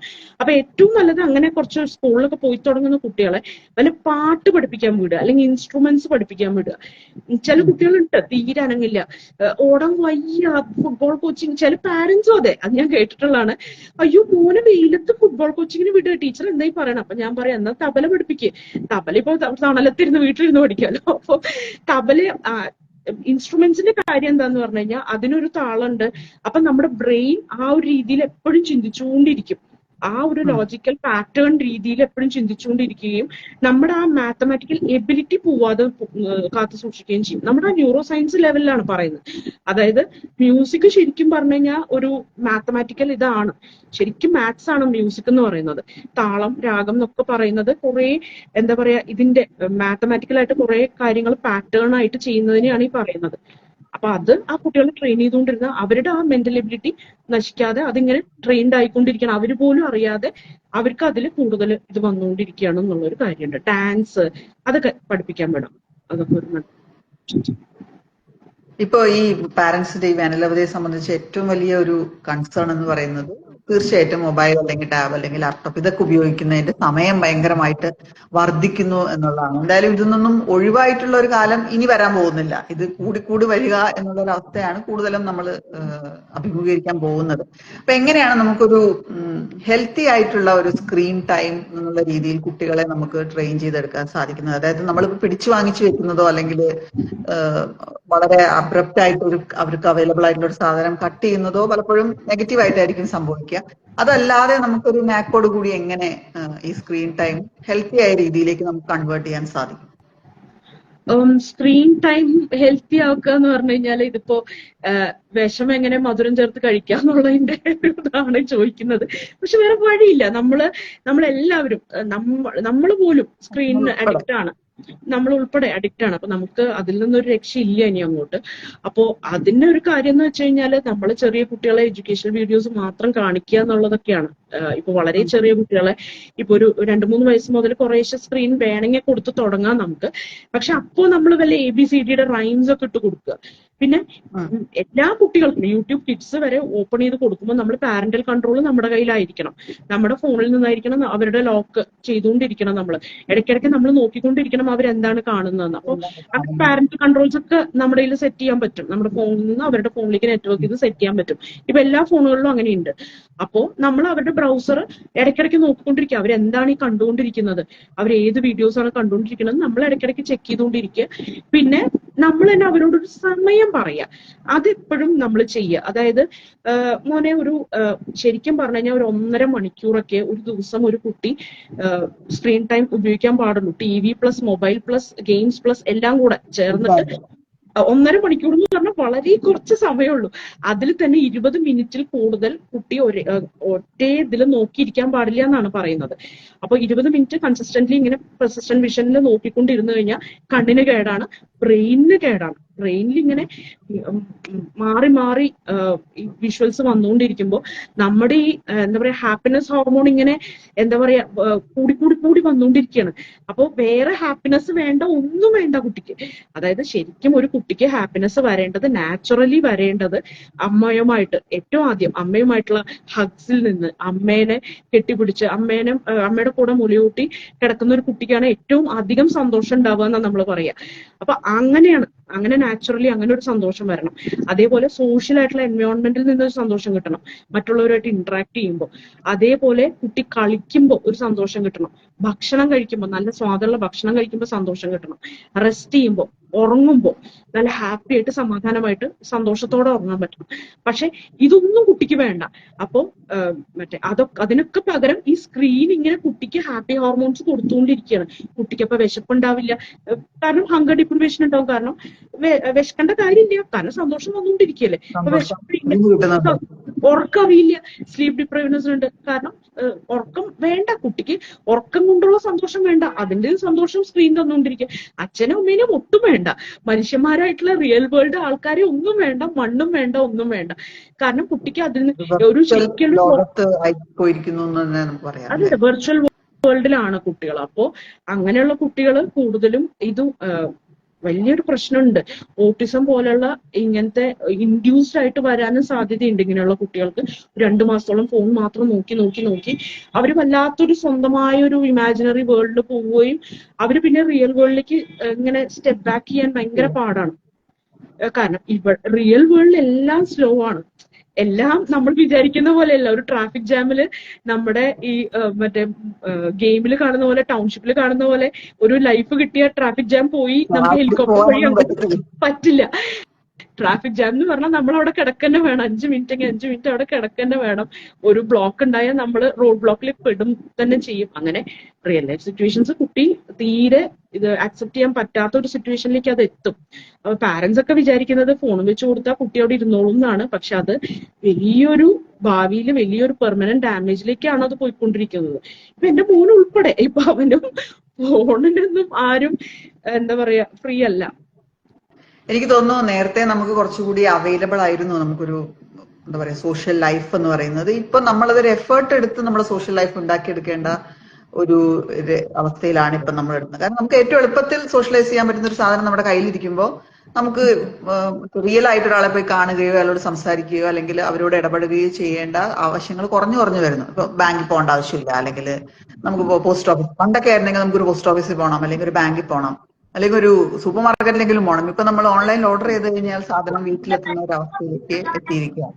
അപ്പൊ എങ്ങനെയാണ് നമുക്ക് ഒരു പാരന്റ് എന്ന നിലയിൽ, ഒരു അഡൾട്ട് എന്ന നിലയിൽ നമുക്ക് മാതൃകയാക്കാൻ പറ്റുന്ന കുറച്ച് കാര്യങ്ങൾ ഒന്ന് പറയും. ഒരു പാരന്റ് എന്ന നിലയിൽ കുട്ടികൾ പലപ്പോഴും ഇമിറ്റേറ്റ് ചെയ്യാണെന്നാണല്ലോ പറയുന്നത്. കുട്ടികള് സ്വന്തമായി, ഞാൻ പണ്ട് ഒരു സിനിമയിൽ കേട്ടിട്ടുണ്ട്, കുട്ടികളൊന്നും സ്വന്തമായിട്ട് ഒരു വാക്കും അല്ലെങ്കിൽ ഒരു പ്രവൃത്തിയും ചെയ്യാറില്ല, എവിടെന്നോ അവരത് ഇമിറ്റേറ്റ് ചെയ്തിട്ടാണ് ആദ്യമായിട്ട് ആ കാര്യം ചെയ്യുന്നത് എന്നുള്ളത്.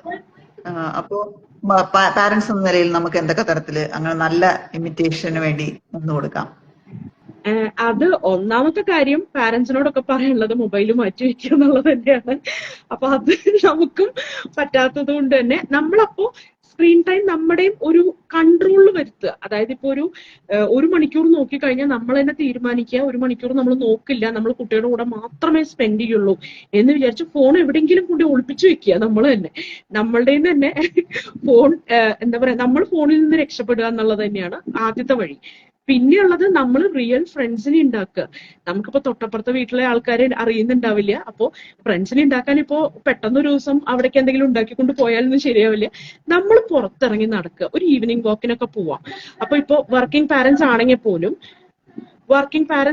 പോലും നമുക്ക് വൈകുന്നേരം വന്നു കഴിഞ്ഞാൽ കുട്ടിയുടെ കൂടെ, ഇപ്പൊ കുട്ടി ചിലപ്പോൾ രാവിലെ മുതൽ ബോറടിച്ചിരിക്കുമായിരിക്കും. ഇപ്പൊ സ്കൂൾ ഗോയിങ് കുട്ടികളൊക്കെ ആണെങ്കിൽ നമ്മൾ വീട്ടിൽ ഒറ്റയ്ക്ക് ഇരുത്തിയിട്ടൊക്കെ ആയിരിക്കും പോകുന്നത്. സിബ്ലിങ്സ് ഉണ്ടെങ്കിൽ ഇപ്പൊ 2 മക്കളെയും കൂടെ ഒറ്റയ്ക്ക് ഇരുത്തിയിട്ടൊക്കെ ആയിരിക്കും നമ്മൾ പോകുന്നുണ്ടാവുക. അപ്പൊ തിരിച്ചു വരുമ്പോൾ നമ്മളും ടയേർഡ് ആയിരിക്കും, ശരിയാണ്. പക്ഷെ കുട്ടികള് വീട്ടിലിരിക്കുകയായിരുന്നു, വെറുതെ ഇരിക്കുകയായിരുന്നു എന്ന് പറഞ്ഞിട്ട് കാര്യമില്ല, അവർ അതിലും ടയേർഡാണ്. കാരണം അവർ മാനസികമായിട്ട് ആകെ അത്രയും നേരം നമ്മളെയും കാത്ത് അവിടെ ഇരിക്കുകയായിരുന്നു. അപ്പൊ നമ്മൾ അവർക്കൊരു ക്വാളിറ്റി ടൈം എന്തായാലും കൊടുക്കണം. അപ്പൊ ക്വാളിറ്റി ടൈം എന്ന് പറഞ്ഞാൽ ഒരു ഫങ്ഷണൽ പാരന്റിംഗ് എന്നൊക്കെ പറഞ്ഞു കഴിഞ്ഞാൽ നമ്മള് പുറത്തിറക്കുക, കുട്ടികളെയും കൊണ്ട് പുറത്ത് നടക്കാൻ പോവുക, വെറുതെ ഒന്ന് നടക്കാൻ പോവുക. ഒരു ഈവനിങ് വാക്ക് എന്ന് പറഞ്ഞ ഒരു സ്ട്രോള്, വെറുതെയോ അലസമായോ ഒന്ന് റോട്ടിൽ കൂടെ നടക്കുക. അപ്പൊ റോട്ടിൽ ആരെങ്കിലും കാണും, ഇവരുടെ പ്രായത്തിലുള്ളവരെ അല്ലെങ്കിൽ കൊച്ചു കുട്ടികളെ, പാരന്റ്സിനെ, ഇപ്പൊ ഒരു പട്ടിയായിട്ട് നടക്കാൻ പോകുന്ന മറ്റൊരാളെ, അങ്ങനെ ആരെങ്കിലും നമ്മൾ കാണും. അപ്പൊ അവരോടൊന്ന് സംസാരിക്കുക. ഇപ്പോ അല്ലെങ്കിൽ നമ്മളിപ്പോ വണ്ടി എടുത്തൊന്ന് രാത്രി, ഇപ്പൊ നമുക്ക് തീരെ സമയമില്ലാത്ത ഒരാളാണ്, അപ്പൊ നമ്മൾ നൈറ്റിൽ വന്ന് കുക്ക് ചെയ്തൊക്കെ കഴിഞ്ഞിരിക്കുമ്പോൾ നമുക്ക് ഒരു കാര്യം ചെയ്യാവുന്ന ഒരു കാര്യം, വണ്ടി എടുത്ത് രാത്രി ഒന്ന് ഡ്രൈവിന് പോവാ. എന്നിട്ട് ഡ്രൈവിന് പോകുമ്പോ തന്നെ എന്താ പറയാ, ഏറ്റവും വൃത്തിയായിട്ട് ഡ്രൈവ് ചെയ്യാം. കുട്ടികൾ അതൊക്കെ മാതൃകയാക്കുന്നുണ്ട്. കുട്ടികൾ ഉപ്പുകടലാസ് പോലെയാണ്, നമ്മൾ എന്താണ് ചെയ്യുന്നത് പറയുന്നത് നോക്കിയിരിക്കണവര്. അപ്പൊ ഡ്രൈവിന് പോകുമ്പോൾ ഇപ്പൊ ഒരു ആരെങ്കിലും പെട്ടെന്ന് റാഷായിട്ട് ഡ്രൈവ് ചെയ്ത് വരുമ്പോൾ നമ്മൾ മാറിക്കൊടുക്കുക.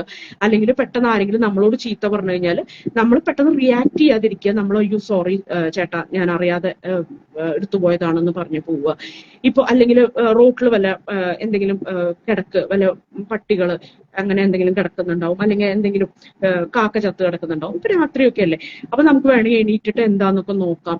അതൊക്കെ ഒരു എന്താ പറയാ, ഒരു കരുതല് നമുക്ക് അതുണ്ട് എന്നുള്ളത്, നമുക്കും മറ്റു സഹജീവികളുമായിട്ട് എങ്ങനെയാണ് പെരുമാറേണ്ടത് എന്നുള്ളത് നമ്മുടെ മക്കൾ നമ്മളിൽ നിന്നാണ് പഠിക്കേണ്ടത്.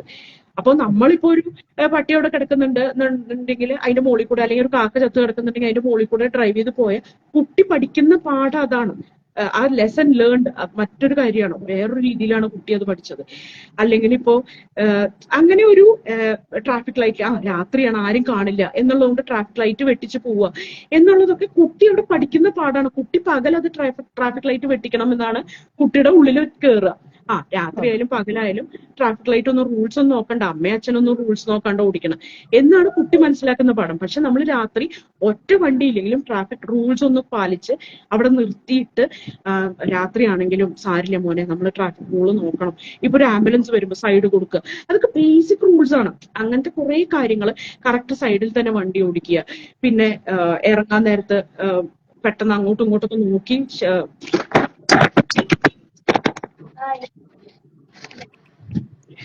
സോറി അത് മോനൊന്ന് തട്ടിയിട്ടാ. അപ്പൊ അങ്ങനെ നമ്മൾ നോക്കി തന്നെ ഇറങ്ങുക. അപ്പൊ അങ്ങനത്തെ കുറെ മാനേഴ്സ് നമ്മൾക്ക് കുട്ടികളെ പഠിപ്പിച്ചു കൊടുക്കാൻ പറ്റും. പിന്നെ അതേപോലെ തന്നെ നമുക്ക് കുറേശ്ശെ ഫ്രണ്ട്സ് ആയി കഴിഞ്ഞാൽ നമ്മുടെ ഓഫീസിലെ ഫ്രണ്ട്സ് ഉണ്ടാവും. എന്തെങ്കിലും ബർത്ത്ഡേ പാർട്ടിയൊക്കെ വരുമ്പോൾ കുട്ടികളുടെ പ്രായത്തിലുള്ളവരെയൊക്കെ നമുക്ക് ക്ഷണിക്കാം. അപ്പൊ ശരിക്കും റിയൽ ഫ്രണ്ട്സ്, നമുക്ക് ബർത്ത്ഡേ ആവുമ്പോൾ 1000 മെസ്സേജസ് നമുക്കൊക്കെ വരാറുണ്ട്, ഹാപ്പി ബർത്ത്ഡേ എന്ന് പറഞ്ഞിട്ട്. എത്ര പേര് നമ്മളിപ്പോ വിളിക്കുന്നുണ്ട്. വാട്സപ്പ് വന്നതിന് ശേഷം ഒരാൾ വിളിക്കില്ല, വിളിച്ച് നമ്മുടെ ഏറ്റവും പ്രിയപ്പെട്ട വല്ല അച്ഛനോ അമ്മയോ ബ്രദേഴ്സോ ഉണ്ടെങ്കിൽ അവര് വിളിച്ച് ഹാപ്പി ബർത്ത്ഡേ പറയും.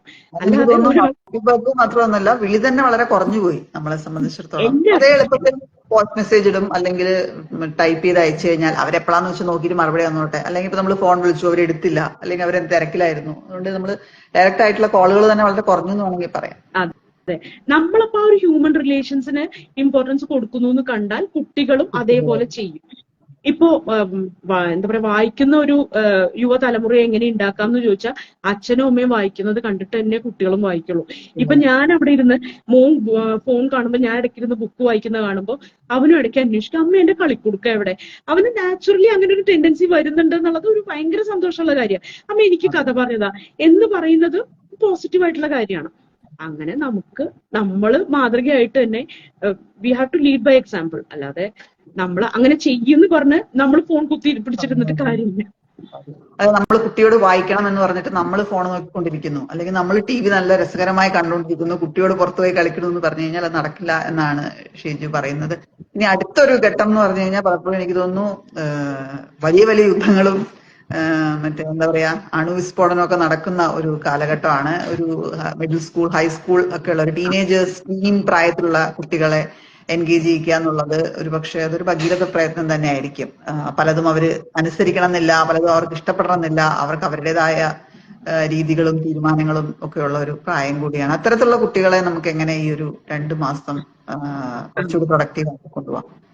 ടീനേജേഴ്സും അഡോളസൻസും ആണ് ഏറ്റവും എന്താ പറയാ, അവരാണ് ഹാൻഡിൽ ചെയ്യാൻ ഏറ്റവും ബുദ്ധിമുട്ടുള്ള കുട്ടികൾ എന്ന് പറഞ്ഞാൽ സത്യമാണ്. അവരുടെ കാര്യം എന്ന് പറഞ്ഞു കഴിഞ്ഞാൽ അതിനോടകം ഈ പ്രായത്തിനോടകം അവര് ഇപ്പൊ ഒരുവിധം അവരുടെ അഭിരുചികളൊക്കെ മനസ്സിലായി കാണുന്നുണ്ട്. നമുക്ക് മനസ്സിലായിട്ടുണ്ടാവും, അല്ലെങ്കിൽ അവർക്ക് മനസ്സിലായിട്ടുണ്ടാവും. അവർക്കിപ്പോ മ്യൂസിക്കിനോട് താല്പര്യമുണ്ട്. എല്ലാ കുട്ടികൾക്കും എന്തിനോടെങ്കിലും ഒക്കെ ഒരു താല്പര്യം ഉണ്ടാവും. ഇപ്പൊ താല്പര്യം ഇല്ലാത്ത കുട്ടികളും ഉണ്ടാവും. ജനറ്റിക്കലി അങ്ങനെ താല്പര്യം ഉണ്ടാവണം എന്നൊന്നുമല്ല പറയുന്നത്. നമുക്ക് ട്രെയിൻ ചെയ്തെടുക്കാൻ പറ്റും കുട്ടികളെ. ഇപ്പോ അങ്ങനെ ഒന്നിനോടും പ്രത്യേകിച്ച് ഒരു താല്പര്യം ഇല്ലാത്ത കുട്ടിയാണെങ്കിൽ എളുപ്പമാണ്. എന്ന് വെച്ചാൽ അവരെ വെറുതെ ഒരു വൈറ്റ് ബോർഡായിട്ട് കണ്ടു നോക്കൂ, നമുക്ക് എന്തും അതിൽ എഴുതിക്കൂടെ. അപ്പൊ ആ കുട്ടികൾ എങ്ങനെ വേണമെങ്കിലും ട്രെയിൻ ചെയ്തെടുക്കാൻ പറ്റും. നമുക്ക് എന്തിനോടെങ്കിലും അഭിരുചി ഉള്ളവരായിട്ട് എടുക്കാൻ പറ്റും. അവരുടെ കൂടെ കുറച്ച് ദിവസം ഫുട്ബോൾ കളിച്ചു കഴിഞ്ഞാൽ അവർക്ക് ചിലപ്പോൾ നല്ലോണം ഫുട്ബോൾ കളിക്കാൻ പറ്റും. അപ്പോ അവരുടെ ബ്രെയിനിന് പ്രത്യേകിച്ച് ഒരു ഇൻക്ലിനേഷൻ ഇല്ലാത്ത ബ്രെയിനുകൾ ശരിക്കും പറഞ്ഞാൽ എളുപ്പമാണ്. ചില പാരന്റ്സ് പറയാറുണ്ട്, എന്റെ മോന് ഒന്നിനോടും ഇൻട്രസ്റ്റ് ഇല്ല, അതുകൊണ്ട് ഞാൻ ഒന്നും ചെയ്യാറില്ല. അങ്ങനെയല്ല. അങ്ങനെയുള്ള കുട്ടികളെ നിങ്ങൾക്ക് ഇഷ്ടമുള്ളവരാക്കി എടുക്കാൻ പറ്റും. ആക്ച്വലി ആ ഒരു രീതിയിൽ ആ പോസിറ്റീവ്നെസ് ഇഷ്ടമില്ലെങ്കിൽ ഒരു 4-5 കാര്യങ്ങൾ ട്രൈ ചെയ്യിക്കുക, ഏതെങ്കിലും ഒന്നിലെ കുട്ടിക്ക് ഇഷ്ടം വരും എന്നുള്ളത് ഉറപ്പാണ്. അവര് എന്തെങ്കിലും ഒരു കുറച്ചധികം ദിവസം ഒരേ കാര്യം ചെയ്തുകൊണ്ടിരുന്ന അവർക്ക് ചിലപ്പോൾ ഒരു ചെസ് കളിച്ചുകൊണ്ട് ഒരു 2-3 ദിവസം ചെസ് കളിച്ചാൽ ചിലപ്പോൾ അവർക്ക് 4ാമത്തെ ദിവസം അവർ ഇങ്ങോട്ട് വന്ന് പറയാം, അമ്മ ഇന്ന് ചെസ് കളിക്കുന്നില്ലേ, നമുക്കൊന്ന് ഇരുന്നാലോ എന്ന് അവർ ഇങ്ങോട്ട് വന്ന് ചോദിക്കും. അപ്പൊ അതിനോടകം ഈ പ്രായത്തിനോടകം ഈ ടീനേജ് പ്രായത്തിനോടകം നമുക്ക് ഇവരുടെ ഈ ടേസ്റ്റുകളൊക്കെ അറിഞ്ഞിട്ടുണ്ടാവും. പിന്നെ ഒരിക്കലും ചെയ്യരുതാത്തൊരു കാര്യം എന്താന്ന് വെച്ചാൽ ഈ കുട്ടികൾ ട്യൂഷന് വിടരുത്. ഈ വെക്കേഷൻ സമയത്ത് ഈ 2 മാസം ഉണ്ടല്ലോ, പാരന്റ്സ് ഒക്കെ ചെയ്യുന്ന ഒരു കാര്യമാണ്, അടുത്ത കൊല്ലം പഠിക്കാനുള്ള ടെക്സ്റ്റ് ബുക്കുകളൊക്കെ നേരത്തെ വാങ്ങിച്ച് വേഗം ട്യൂഷന് വിടും. അപ്പോ ഈ കുട്ടികൾക്ക് പിന്നെ വെക്കേഷൻ കൊണ്ട് എന്താ ഗുണം? അവർക്ക് വെക്കേഷൻ എന്ന് പറഞ്ഞാൽ 10 മാസം സമയം കിട്ടുന്നില്ല എന്നുള്ളതാണ് അല്ലെ. അവർക്ക് ആകെ ഒരു വർഷത്തിൽ 2 മാസമാണ് അവർക്ക് എന്താ പറയാ ഒരു ടെൻഷനും ഇല്ലാതെ വേറെ പരീക്ഷ പഠിത്തം ഒന്നും ആലോചിക്കാതെ കുറച്ച് എൻജോയ് ചെയ്യാൻ പറ്റുന്നത്. അതുപോലും നമ്മൾ പലപ്പോഴും ട്യൂഷൻ അല്ലെങ്കിൽ അടുത്ത വർഷത്തേക്കുള്ള പ്രിപ്പറേഷൻ എന്ന് പറഞ്ഞ് കളയുന്നത് ശരിയല്ല അല്ലെ. ശരിയല്ല. റെസ്റ്റും റീചാർജിനുള്ള സമയമാണ് ഈ വെക്കേഷൻ എന്ന് പറയുന്നത്. അപ്പൊ ആ സമയത്ത് അവരെ ഒരിക്കലും ട്യൂഷനൊന്നും വിടരുത് നിർബന്ധമായിട്ടും. അത് പക്ഷെ പാരന്റ്സ് മിക്കവരും ചെയ്യുന്ന ഒരു കാര്യമാണ്. ഒരു 8ാം ക്ലാസ് കഴിഞ്ഞ കുട്ടികൾക്ക് നിർബന്ധ ട്യൂഷനാണ്.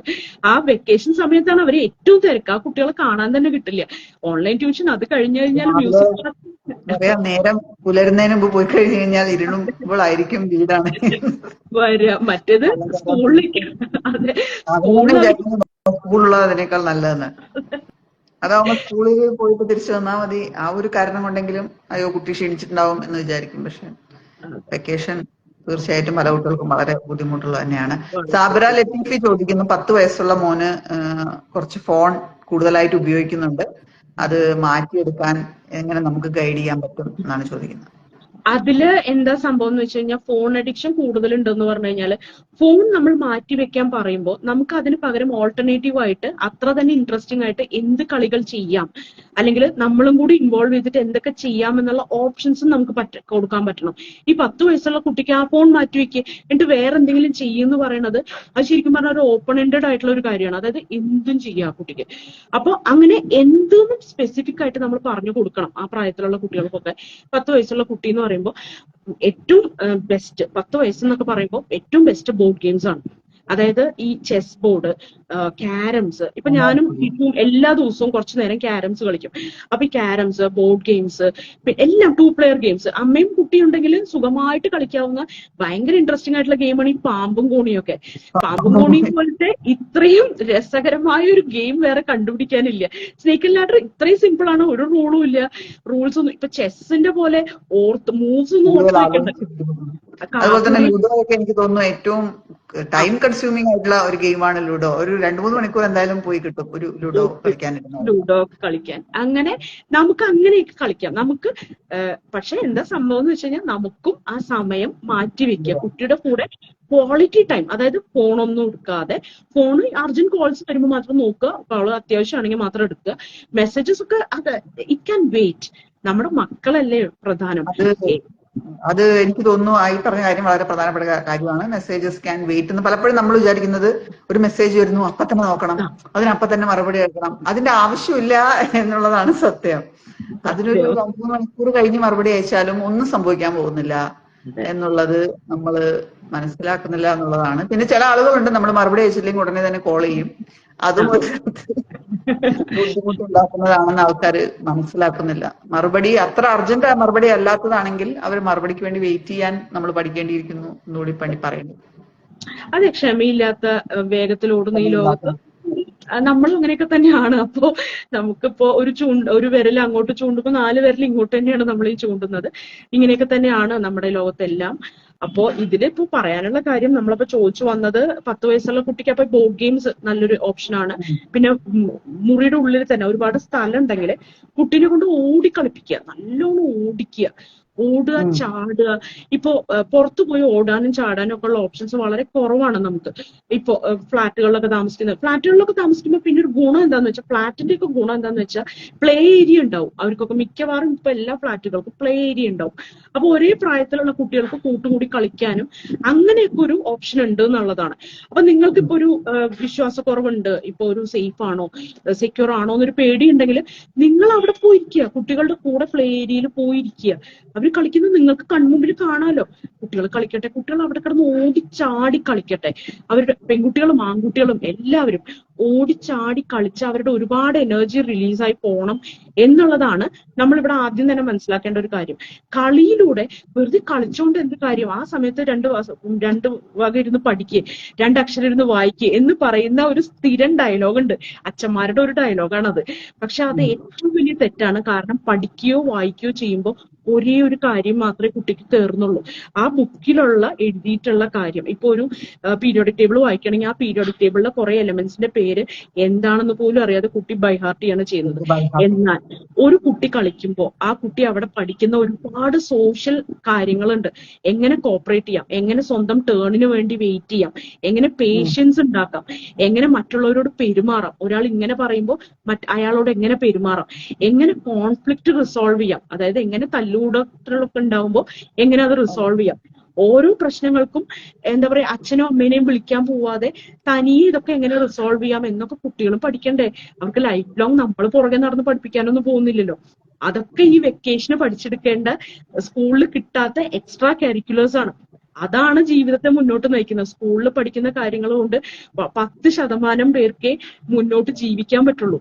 കാരണം ഈ പഠിപ്പിസ്റ്റ് ബുജികളെ, ആ ഒരു ക്രീം ലെയറിനെ നല്ല ശമ്പളത്തോടു കൂടി ചില ക്രീം കമ്പനീസ് ഒക്കെ എടുത്തുകൊണ്ട് പോകും. അത്രേ ഉള്ളൂ. അവരവിടെ ഇരുന്നും ബുജികൾ കളിച്ചുകൊണ്ടിരിക്കും. അവര് റിട്ടയർ ചെയ്ത് തിരിച്ചു വരുമ്പോ അവർക്കും അപ്പോഴും ജീവിതമൊന്നും അറിയില്ല. ആ ക്രീം ലെയർ ആയിട്ട് തന്നെ ഇരിക്കും. പിന്നെ കാശൊക്കെ ഉണ്ടെങ്കിൽ കുറെ മെയ്ഡുകളെയും സെർവൻസിനെയും വെച്ച് അവർ ജീവിച്ചു പൊക്കോളും. പക്ഷെ അതല്ലാത്ത ബാക്കി 90% ആൾക്കാരുണ്ട്. അപ്പൊ അവർക്ക് നമ്മളൊക്കെ പഠിക്കേണ്ടത്, നമ്മൾ ഇപ്പൊ ക്രീം ലെയേഴ്സിലുള്ള ബുജികളായാലും അവരായാലും പഠിക്കേണ്ട ചില ജീവിത പാഠങ്ങളുണ്ട്. നമ്മുടെ ഇമോഷണൽ ഇന്റലിജൻസ് എങ്ങനെ ഡെവലപ്പ് ചെയ്തെടുക്കാം. കാരണം ഒരാൾക്ക് ഒരു ജോലി കിട്ടണമെങ്കിൽ ആദ്യം എഴുതേണ്ടത് ടെസ്റ്റുകളാണ്. IQ ടെസ്റ്റുകളൊക്കെ ആയിരിക്കും ആദ്യം ഉണ്ടാവുക, കുറെ ആപ്റ്റിറ്റ്യൂഡ് ടെസ്റ്റുകളൊക്കെ ആയിരിക്കും. അതിന് വേണ്ടത് ആ കുട്ടിക്ക് IQ ആയിരിക്കും, ഈ ബുക്കിൽ നിന്നുള്ള പാഠങ്ങളായിരിക്കും. പക്ഷെ ഒരു ഇന്റർവ്യൂവിന് പോയ IQ ഒന്നും അല്ല അവിടെ ടെസ്റ്റ് ചെയ്യുന്നത്, അവിടെ ടെസ്റ്റ് ചെയ്യുന്ന EQ ആണ്. ഈ HR ഇന്റർവ്യൂ എന്നൊക്കെ പറഞ്ഞാൽ അവർ ആകെ ടെസ്റ്റ് ചെയ്യുന്നത് നമ്മുടെ ഇമോഷണൽ ഇന്റലിജൻസ് ആണ്. ഗുണകരമാവോ എന്നുള്ളതാണ്. അത് നിങ്ങളെ എടുത്ത് പ്രശ്നം ഉണ്ടാവും. അതെ, നമുക്ക് എത്രത്തോളം ആ ഇമോഷണൽ ഇന്റലിജൻസ് ഉണ്ട് എന്നാണ് അവിടെ നമ്മുടെ ആ ലെവൽ ഓഫ് ഇതാണ് ചെക്ക് ചെയ്യുന്നത്. അല്ലാണ്ട് നമ്മുടെ IQ ഒന്നുമല്ല. IQ ഒക്കെ നമ്മൾ എഴുതി കൊടുത്തു കഴിഞ്ഞു. അപ്പോ എന്താ പറയാ, അതങ്ങനെയാണ് പറയാ. അപ്പോ ആ EQ ഒക്കെ ഉണ്ടാക്കി എടുക്കണമെങ്കിൽ അതിനൊക്കെ വേണ്ടത് ഈ വെക്കേഷൻ ഏറ്റവും നന്നായിട്ട് ഫാമിലിയുടെ കൂടെ, അതാണ് വെക്കേഷൻ നമ്മൾ നല്ലോണം ട്രാവൽ ചെയ്യണം എന്ന് പറയുന്നത്. ഇപ്പോ ട്രാവലിന്റെ കാര്യം പറയുമ്പോൾ തന്നെ ഇപ്പൊ കൊറോണയ്ക്ക് ശേഷമൊക്കെ ഒരുപാട് പേര് പറയുന്ന ഒരു കാര്യമാണ്, ട്രാവൽ ചെയ്യാൻ നല്ല പൈസയാവും, നല്ല എക്സ്പെൻസീവ് ആണ്, അപ്പോ വലിയ ട്രാവൽ ഒന്നും നടക്കില്ല. നിങ്ങളോട് ആരും വലിയ ട്രാവൽ ചെയ്യാൻ പറഞ്ഞത്? ഒന്ന് ബീച്ചിൽ പോകാൻ എന്തോരം നേരം വേണം? ഇപ്പൊ എല്ലാ ജില്ലകളിലും ബീച്ച് ഉണ്ട്. ഇപ്പൊ ബീച്ച് ഇല്ലാത്ത ജില്ലകളാണെങ്കിൽ വേറെ എന്തെങ്കിലും അവിടെ കാണാൻ പോകാനുള്ള എന്തെങ്കിലും ഒരു സംഗതി ഉണ്ടാവില്ലേ? നിങ്ങളൊരു ബസ്സും കയറി പോവുക, അല്ലെങ്കിൽ ഇപ്പൊ KSRTC ജംഗിൾ സഫാരി ഉണ്ട്. ബന്ധുവീട്ടിലെങ്കിലും പോവാലോ അല്ലേ? വർഷങ്ങളായി കാണാത്ത ഒരു ബന്ധുവിനെ കാണാനെങ്കിലും പോവാം. അല്ലെങ്കിൽ എവിടെയെങ്കിലും എന്താ പറയാ, എന്തെങ്കിലും ഒരു ഇതിന് നിങ്ങൾക്ക് ഒന്ന് വെറുതെ ഒന്ന് പുറത്തിറങ്ങിക്കൂടെ? കുട്ടികളെയും കൊണ്ടൊന്ന് പുറത്തിറങ്ങുക എന്നത് മാത്രമാണ് ഫാമിലി ടൈം കൊണ്ട് ഉദ്ദേശിക്കുന്നത്. അല്ലെങ്കിൽ ഒരു എന്താ പറയാ, മൂവി നൈറ്റ് ഒക്കെ എന്താ പറയാ, നമ്മളെപ്പോഴും സജസ്റ്റ് ചെയ്യാറുള്ള ഒരു കാര്യമാണ് പാരന്റ്സിന്. മൂവി നൈറ്റ് എന്ന് പറഞ്ഞാല് ഫ്രൈഡേ നൈറ്റ്സ് ഒക്കെ, ഇപ്പൊ സാറ്റർഡേയും സൺഡേയും സ്കൂളും കോളേജും ഒന്നും ഇല്ലാത്ത ദിവസങ്ങളൊക്കെ ആണെങ്കിൽ ഫ്രൈഡേ നൈറ്റ്സ് ആണ് മൂവി നൈറ്റ്സ് എന്ന് പറഞ്ഞു കഴിഞ്ഞാൽ. ഫുൾ ലൈറ്റ് ഒക്കെ ഓഫ് ചെയ്ത് നിങ്ങൾ ഈ ടിവിയുടെ മുമ്പിലിരുന്ന് ബെഡൊക്കെ വിരിച്ചിരുന്ന് ഫുൾ ലൈറ്റ് ഓഫ് ചെയ്ത് പോപ്കോണും ഉണ്ടാക്കി നിങ്ങൾ അവിടെ ഇരുന്ന് ഇപ്പൊ 4 പേരെന്ന് ഞാൻ പറഞ്ഞത് അച്ഛനും അമ്മ മക്കള് 2 പേരുണ്ടെങ്കിൽ ഒരു കുട്ടിയാണെങ്കിൽ കുട്ടിയും കൂടി ഇരുന്നിട്ട് നിങ്ങളൊന്ന് കണ്ടു നോക്കിയേ. ഒരു തിയേറ്റർ എക്സ്പീരിയൻസ് പോലെ നിങ്ങളും എന്താ പറയാ വല്ല ഏറ്റവും നല്ലത് ഹൊറർ മൂവീസ് ആണ്. കുട്ടികളുടെ കൂടെ ഇരുന്ന് കാണാൻ പറ്റും. അവര് പേടിക്കും, അവരുടെ പേടി കുറെ മാറിക്കിട്ടും അവർക്കപ്പോ. പിന്നെ എന്താ പറയാ ഹൊറർ മൂവീസ് ഒരു ഭയങ്കര ഒരു എൻജോയബിൾ കാര്യമായി കുട്ടിക്ക് മാറും. ഇതിൽ പലപ്പോഴും നമ്മൾ വിചാരിക്കും ഹോം തിയേറ്റർ സെറ്റപ്പ് ഒക്കെ വേണം. സത്യത്തിൽ അതൊന്നും ആവശ്യമില്ല. സാധാരണ ഒരു ടിവി ഇരുട്ട് ഉള്ള ഇരുട്ട് സ്വന്തമായി കിട്ടുമല്ലോ. എന്തായാലും 9 മണി 10 മണി ആവുമ്പോ സൂര്യൻ എന്തായാലും പോയിട്ടുണ്ടാവും. ഓട്ടോമാറ്റിക്കലി നമ്മുടെ വീടിനകത്ത് ഇരുട്ടായിരിക്കും. എളുപ്പത്തിലാവുന്ന കാര്യമാണ്, എന്നാൽ പോലും പലരും ചെയ്യുന്നില്ല എന്നുള്ളത് സത്യം തന്നെയാണ്. നമുക്കിപ്പോ ഈ വർക്കിംഗ് പാരന്റ്സിന്റെ കാര്യം നോക്കുകയാണെങ്കിൽ, അല്ലെങ്കിൽ പലരും വർക്ക് ഫ്രം ഹോം ആയിട്ടുള്ള പാരന്റ്സ് ആയിരിക്കും. അവർക്ക് ഡെഡിക്കേറ്റഡ് ആയിട്ട് ഒരു സമയം പലപ്പോഴും കുട്ടികൾക്ക് വേണ്ടി കൊടുക്കാൻ പറ്റിയെന്ന് വരില്ല. പലപ്പോഴും ആ സമയത്തൊക്കെയാണ് നമ്മൾ ഈ ഗ്രാൻഡ് പാരന്റ്സിന്റെ വീട്ടിലേക്കുള്ള വിരുന്നുകളൊക്കെ ഭയങ്കരമായിട്ട് നമ്മൾ എൻജോയ് ചെയ്തിരുന്ന കാലഘട്ടത്തെ കുറിച്ചൊക്കെ ആലോചിക്കുന്നത്. അപ്പൊ അങ്ങനെയുള്ള പാരന്റ്സിന് എങ്ങനെ കുട്ടികളെ ഈ സമയത്ത് മാനേജ് ചെയ്യാൻ സാധിക്കും? അവരെ ഇങ്ങനെ ഓൺലൈൻ സമ്മർ ക്യാമ്പുകളൊക്കെ ഒരുപാട് നടക്കുന്ന കാണാറുണ്ട്. അതിലൊക്കെ എൻറ്റർ ചെയ്യിക്കുന്നത് കൊണ്ട് ഗുണകരമായിരിക്കും തോന്നുന്നുണ്ടോ? ഓൺലൈൻ സമ്മർ ക്യാമ്പ് ഒന്നും കുഴപ്പമില്ല. പക്ഷെ ഏറ്റവും നല്ലത് ഓഫ്ലൈൻ ആയിട്ട് അവരെ എങ്ങനെ വലിയ കുട്ടികളാണെങ്കിൽ നിങ്ങൾക്ക് ധൈര്യമുണ്ടെങ്കിൽ നിങ്ങൾ കുട്ടീനെ സമ്മർ ക്യാമ്പിന് വിടണം എന്നാണ് ഞാൻ പറയുക. കാരണം ഇവര് ക്യാമ്പിനും ഇപ്പൊ NSS വോളണ്ടിയേഴ്സ് ആണ് കുട്ടികൾ സ്കൂളിലെങ്കിൽ അവർക്ക് NSS ക്യാമ്പുകളൊക്കെ ഇപ്പൊ നടക്കുന്നുണ്ടാവും, വെക്കേഷൻസിന് നടക്കുന്നുണ്ടാവും. NSSനും NCCക്കും ഒക്കെ കുട്ടികളെ ചേർക്കണം എന്നുള്ളത് വളരെ ഇമ്പോർട്ടന്റ് ആയിട്ടുള്ള കാര്യമാണ്. കാരണം ഇപ്പോഴത്തെ കുട്ടികൾക്ക് തനിയെ ഇതൊന്നും വരുന്നില്ല. ഒരാളെ സഹായിക്കണം എന്നുള്ള കാര്യമൊക്കെ നമ്മൾ പഠിപ്പിച്ചു കൊടുക്കേണ്ട ഒരു അവസ്ഥയായിട്ട് ഇരിക്കുകയാണ് ഇപ്പോ. അതായത് ഒരാളോട് സഹാനുഭൂതി വേണം എന്നുള്ളത് എന്താ പറയാ പാഠങ്ങളിലൂടെ നമ്മൾ പഠിപ്പിച്ചു കൊടുക്കേണ്ട, ഒരാളെ കാണുമ്പോൾ സഹായിക്കണം എന്ന് നമ്മൾ അങ്ങോട്ട് പറഞ്ഞു കൊടുത്താലേ കുട്ടി സഹായിക്കുള്ളൂ. അല്ലെങ്കിൽ പറഞ്ഞു കൊടുത്താൽ പോലും സഹായിക്കില്ല. അപ്പൊ നമ്മള് പറഞ്ഞ് പഠിപ്പിച്ച് എടുക്കേണ്ട ഒരു കാര്യമായി മാറിക്കഴിഞ്ഞു. ഇപ്പൊ നമ്മുടെ പണ്ടൊക്കെ ആണെങ്കിൽ നമുക്ക് ഒരാളോട് എന്താ പറയാ ഒരാൾ വീണ് കഴിഞ്ഞാൽ അയ്യോ എന്ന് നമ്മൾ പറയുമായിരുന്നു. ഇപ്പോഴത്തെ കുട്ടികൾക്കൊന്നും സ്വന്തം ക്ലാസ്മേറ്റ് വീണു, അവന് ഒരാഴ്ചയായിട്ട് സ്കൂളിൽ നിന്ന് വരുന്നില്ല, ആ കുട്ടി അറിയുന്ന പോലും ഉണ്ടാവില്ല. സ്വന്തം അടുത്തിരിക്കുന്ന ബെസ്റ്റ് ഫ്രണ്ട് ആയിരിക്കും. പക്ഷെ ഈ നമ്മുടെ മക്കൾ വീട്ടിൽ വന്ന് ചിലപ്പോൾ നമ്മളോട് പറയും കൂടി ഇല്ല. നമ്മൾ ചിലപ്പോൾ ചോദിക്കുമ്പോഴായിരിക്കും പറയാ അമ്മേ അവൻ വീണിട്ട് ഒരാഴ്ചയായിട്ട് കിടപ്പാണ്. അപ്പൊ നിനക്കെന്താ ഫോൺ വിളിച്ച് ചോദിച്ചൂടെ, അല്ലെങ്കിൽ നിനക്ക് അന്വേഷിച്ചൂടെ അവൻ വന്നു തുടങ്ങിയോ എന്ന് നമ്മൾ അന്വേഷിച്ചാൽ പോലും കുട്ടി അത് അറിയില്ല. എങ്ങനെയാണാവോ എന്താണാവോ നമ്മള്. പക്ഷെ കൊച്ചു കുട്ടികൾ പോലും, എനിക്കിപ്പോഴും ഓർമ്മയുണ്ട്, കൊച്ചു കുട്ടിയായിരുന്നപ്പോ നമ്മുടെ വീട്ടിലൊന്നും പെർമിഷൻ ഇല്ലായിരുന്നിട്ട് പോലും ആ കുട്ടിയെ കാണാൻ പോയിട്ടുള്ള ഓർമ്മകൾ എനിക്കുണ്ട്. ഫ്രണ്ട്സിനെ കൈയൊടിഞ്ഞു കിടക്കുകയാണെന്ന് പറഞ്ഞു വിഷമിച്ച്. അപ്പൊ നമുക്ക് ആ ഒരു എന്തോ ഒരു ഇന്റിമസി ഉണ്ടായിരുന്നു, ഒരു ഹ്യൂമൻ റിലേഷൻസ്, നമ്മൾക്കൊക്കെ റിയൽ ഹ്യൂമൻസ് ആയിട്ടുള്ള റിലേഷൻ ഉണ്ടായിരുന്നു. പക്ഷെ നമ്മുടെ മക്കൾക്ക് സ്വന്തം തൊട്ടപ്പുറത്തിരിക്കുന്ന ക്ലാസ്മേറ്റുകൾ പോലും ആരോ ആണ്. അപ്പോ കുറച്ച് നാൾ കഴിയുമ്പോൾ നമ്മൾ ആരോ ആവും. അപ്പൊ അതിനു മുമ്പ് നമ്മൾ അവരുടെ മനസ്സിലൊരു ഇടം നേടിയേ തീരൂ. നമുക്ക് സമയമില്ല, നമ്മൾ വർക്ക് ഫ്രം ഹോം ആണ്, നമ്മള് അല്ലെങ്കിൽ വർക്കിംഗ് പാരന്റ്സ് ആണ്, 9 to 5 ജോബുള്ള പാരന്റ്സ് ആണ്, 9 to 9 ജോബുള്ള പാരന്റ്സ് ആണ് എന്ന് തന്നെ വെക്കുക. പക്ഷെ നമ്മൾ എപ്പോഴും ഓർക്കുക നമ്മുടെ മക്കള് പ്രയോറിറ്റി തന്നെയാണ്. പ്രയോറിറ്റി ലിസ്റ്റില് എന്താ പറയാ നമ്മുടെ ജോബിന് പ്രയോറിറ്റി കൊടുക്കുമ്പോൾ നമ്മൾ ആലോചിക്കുക സെക്കൻഡ് പ്രയോറിറ്റി എങ്കിലും നമ്മുടെ മക്കൾക്ക് കൊടുക്കണം. വീട്ടിൽ വന്നു കഴിഞ്ഞാൽ ജോബിന്റെ പ്രയോറിറ്റി അതേപോലെ താഴവും വേണം. നമ്മൾ പ്രയോറിറ്റൈസ് ചെയ്യേണ്ടത് വീട്ടിൽ വന്നു കഴിഞ്ഞാൽ കുട്ടികൾക്കാണ്. ഫോൺ ഒന്ന് മാറ്റി വെക്കുക. നിങ്ങൾ ഓഫീസിൽ പറയുക ജോലി സമയത്ത് ഞാൻ ജോലി ചെയ്യുന്നുണ്ട്, ഇവിടെ വീട്ടിൽ പോയാൽ ഞാൻ അവൈലബിൾ അല്ല, ഞാൻ ഇന്ന സമയം മുതലേ അവൈലബിൾ ആവുള്ളൂ, കുട്ടി ഉറങ്ങിയതിന് ശേഷമേ ഞാൻ അവൈലബിൾ ആവുള്ളൂ എന്ന് അച്ഛന്മാരും അമ്മമാരും നിർബന്ധമായിട്ട് ഓഫീസിൽ പറയുക. അതിനൊരു നാണക്കേടും ഇല്ല. ഇപ്പൊ അച്ഛന്മാരോട് അപ്പൊ ഓഫീസിൽ ഇപ്പൊ ഞങ്ങളുടെ അവിടെ തന്നെ സാറുമാരോട് ഞങ്ങളിപ്പോ ചിലർ ചോദിക്കാറുണ്ട് അതെന്താ നിങ്ങളാണോ കുട്ടീനെ ഉറക്കുക? അതെ എന്ന് പറയാൻ നിങ്ങൾ നാണിക്കണ്ട. അതെ ഞാനാണ് കുട്ടീനെ ഓർക്കണത്. എനിക്ക് കാര്യം പറഞ്ഞപ്പോ ഒരു പാരന്റിങ് കോച്ച് എന്ന നിലയിൽ പല ആൾക്കാരുമായി സംസാരിക്കുക അല്ലെങ്കിൽ പല ക്ലാസ് എടുക്കാനൊക്കെ പോകുമ്പോൾ കണ്ടിട്ടുള്ള ഒരു പ്രവണത എന്താണ്? ഇപ്പോഴും ഒരു ഡിഫോൾട്ട് പാരന്റ് എന്ന് പറയുന്നത് അമ്മ തന്നെയാണോ, അതോ പുരുഷന്മാരുടെ ആക്റ്റീവ് പാർട്ടിസിപ്പേഷൻ ലേക്ക് എത്തിയിട്ടുണ്ടോ, അതോ ഒരു വളരെ ചെറിയ ശതമാനം മാത്രമേ ഉള്ളൂ? വളരെ ചെറിയ ശതമാനം മാത്രമേ ആക്റ്റീവ് പാർട്ടിസിപ്പേഷനിലേക്കൊക്കെ എത്തിയിട്ടുള്ളൂ. അത് തന്നെ അവരെന്തോ ഒരു വലിയ സഹായം ചെയ്യുന്നത് പോലെയും അവര് എന്താ പറയാ എന്താ പറയാ അതെ മറ്റേ പ്രത്യേക പൊന്നാട അണിയിക്കപ്പെടുന്ന അതെ അച്ഛന്മാരാണ് അവര്. അച്ഛന്മാരാണ്. അല്ലാതെ അതൊരു അവരുടെ കൂടെ ഡ്യൂട്ടി ആയിട്ട് ഇതുവരെ അവർക്ക് മനസ്സിലായിട്ടില്ല. മെയിൽ നേഴ്സുമാരെ പോലും അംഗീകരിക്കാൻ പറ്റാത്ത നമ്മളാണോ മെയിൽ പാരന്റ്സിന്. അതായത് മെയിൽ നേഴ്സ് എന്ന് പറഞ്ഞാൽ അവർക്ക് ഇപ്പൊ UK പോയാലും മെയിൽ നേഴ്സിനൊക്കെ ഒരു വിലയുള്ളൂ. ഒന്ന് പുറത്ത്, അതായത് നമ്മുടെ നാടിന്റെ ഒന്ന് പുറത്തു പോയി വന്നു കഴിഞ്ഞാൽ കുറച്ചും കൂടെ ഒരു സമാധാനം ഉണ്ടാവും വീട്ടിൽ. കാരണം അവർക്ക് കുറച്ചും കൂടെയൊക്കെ അറിയുന്നുണ്ടാവും, അവരവിടെ കാണുന്നുണ്ട് അച്ഛന്മാരും അമ്മമാരും ഒരേപോലെ ഈക്വൽ റെസ്പോൺസിബിലിറ്റി എടുത്തിട്ട്. അല്ലെങ്കിൽ ഇപ്പൊ അമ്മയ്ക്കാണ് കുറച്ചും കൂടെ നല്ലൊരു ജോലിയെങ്കിൽ അച്ഛന്മാര് ജോലി വേണ്ടാന്ന് വെച്ച് കുട്ടികളെ നോക്കുന്ന ഫാമിലീസ് ഒക്കെ കണ്ട് അവര് വരുമ്പോ അവർക്ക് വ്യക്തമായിട്ട് അറിയാം ഈ ഭർത്താവ് ഉദ്യോഗം എന്ന് പറയുന്നതും എന്താ പറയാ വേറെ ഒന്നും പിന്നെ അവര് ബാധിക്കില്ല. കാരണം അവര് കുറച്ച് ലോകം കണ്ടു കഴിഞ്ഞാൽ ഒരു സമാധാനമാണ്. പിന്നെ നാട്ടിലേക്ക് വന്നാലും അവർക്ക് അതുപോലെയൊക്കെ ജീവിക്കാൻ അറിയാം. പക്ഷെ ഇവിടെ തന്നെ ഉള്ള നാട്ടുകാർക്ക് കുറച്ച് ബുദ്ധിമുട്ടാണ്. അവരൊന്ന് എന്താ പറയാ, ഞങ്ങളുടെ അത്ര മോഡേൺ ഫാമിലി അല്ല. അതാണ് സ്ഥിരം ഡയലോഗാണ്, ഞങ്ങളുടെ അത്ര മോഡേൺ ഫാമിലി ഒന്നും അല്ല മാഡം. വൈഫ് PG ഒക്കെ പഠിച്ചിട്ടുണ്ട്, അവള് PhDക്ക് പോണെന്ന് പറഞ്ഞപ്പോഴാണ് കുട്ടി ഉണ്ടായത്. പിന്നെ കുട്ടീനെ നോക്കിയിരിക്കുകയാണ്. 57% അഭ്യസ്ത വിദ്യരായ മലയാളി സ്ത്രീകള് വീട്ടുജോലിക്ക് വേണ്ടിയിട്ട് ജോലി ഉപേക്ഷിച്ചു എന്നാണല്ലോ ഇപ്പോഴത്തെ പുതിയ കണക്ക്. 2023 നവംബറിൽ വന്ന കണക്കാണ് അത്, KKEMന്റെ. അപ്പൊ അങ്ങനെയൊക്കെ അതെ, അപ്പൊ അങ്ങനെ ഒരു സർവേ പ്രകാരം വന്നിട്ടുണ്ടെങ്കിൽ അപ്പൊ അത് എന്താ പറയാ, അഭ്യസ്ത വിദ്യരായ സ്ത്രീകള് വീട്ടിലിരിക്കുക എന്ന് പറഞ്ഞാല് ഒന്ന് ആലോചിച്ച് നോക്കും. ഇപ്പൊ ഒരു ഫാമിലിയില് എല്ലാ സ്ത്രീകളും, മിക്കവാറും സ്ത്രീകൾ പുരുഷന്മാരുടെ അത്രയോ അല്ലെങ്കിൽ അതിൽ കൂടുതലോ പഠിച്ചിട്ടുള്ളവരാണ്. ഇപ്പൊ ആലോചിച്ചുള്ള ഒരു കല്യാണം അല്ലെങ്കിൽ ലവ് മാരേജ് ആയാലും എല്ലാത്തിലും മിക്കവാറും സ്ത്രീകൾ നല്ലോണം പഠിച്ചിട്ടുള്ളവരാണ്, അക്കാഡമിക്കലി നല്ലൊരു ഇതിലുള്ളവരായിരിക്കും. പക്ഷെ അവരുടെ കരിയർ എന്നിട്ടും സ്ത്രീകൾ കരിയർ ഫോഴ്സിലേക്ക് വരുന്നില്ല എന്നുള്ളത് എന്താ പറയാ നമ്മളെ ഒന്ന് ചിന്തിപ്പിക്കേണ്ടിയിരിക്കുന്നു. കാരണം സ്ത്രീകൾ നോക്കിയാലേ കുട്ടികൾ ശരിയാവുള്ളൂ എന്നുണ്ടോ എന്നുള്ള നിലയിൽ നമ്മുടെ ഒരു കഴിവുകേടാണെന്ന് വേണമെങ്കിൽ നമുക്ക് പറയാം. ഇത്രയും വലിയൊരു ലേബർ ഫോഴ്സിനെ ഒരു ഡിഫോൾട്ട് പാരന്റ്സ് ആയിട്ട് ഒരിടത്ത് അടച്ചിടുന്നത് വലിയ കഴിവായിട്ട് കാണുന്ന സമൂഹമാണെന്ന് വേണമെങ്കിൽ പറയാം. അതെ അതെ, ഒരു കഴിവുകേടാണെന്നുള്ള തിരിച്ചറിവ് ഉണ്ടാകേണ്ടിയിരിക്കുന്നു തന്നെയാണ് നമുക്ക് തോന്നുന്നത്.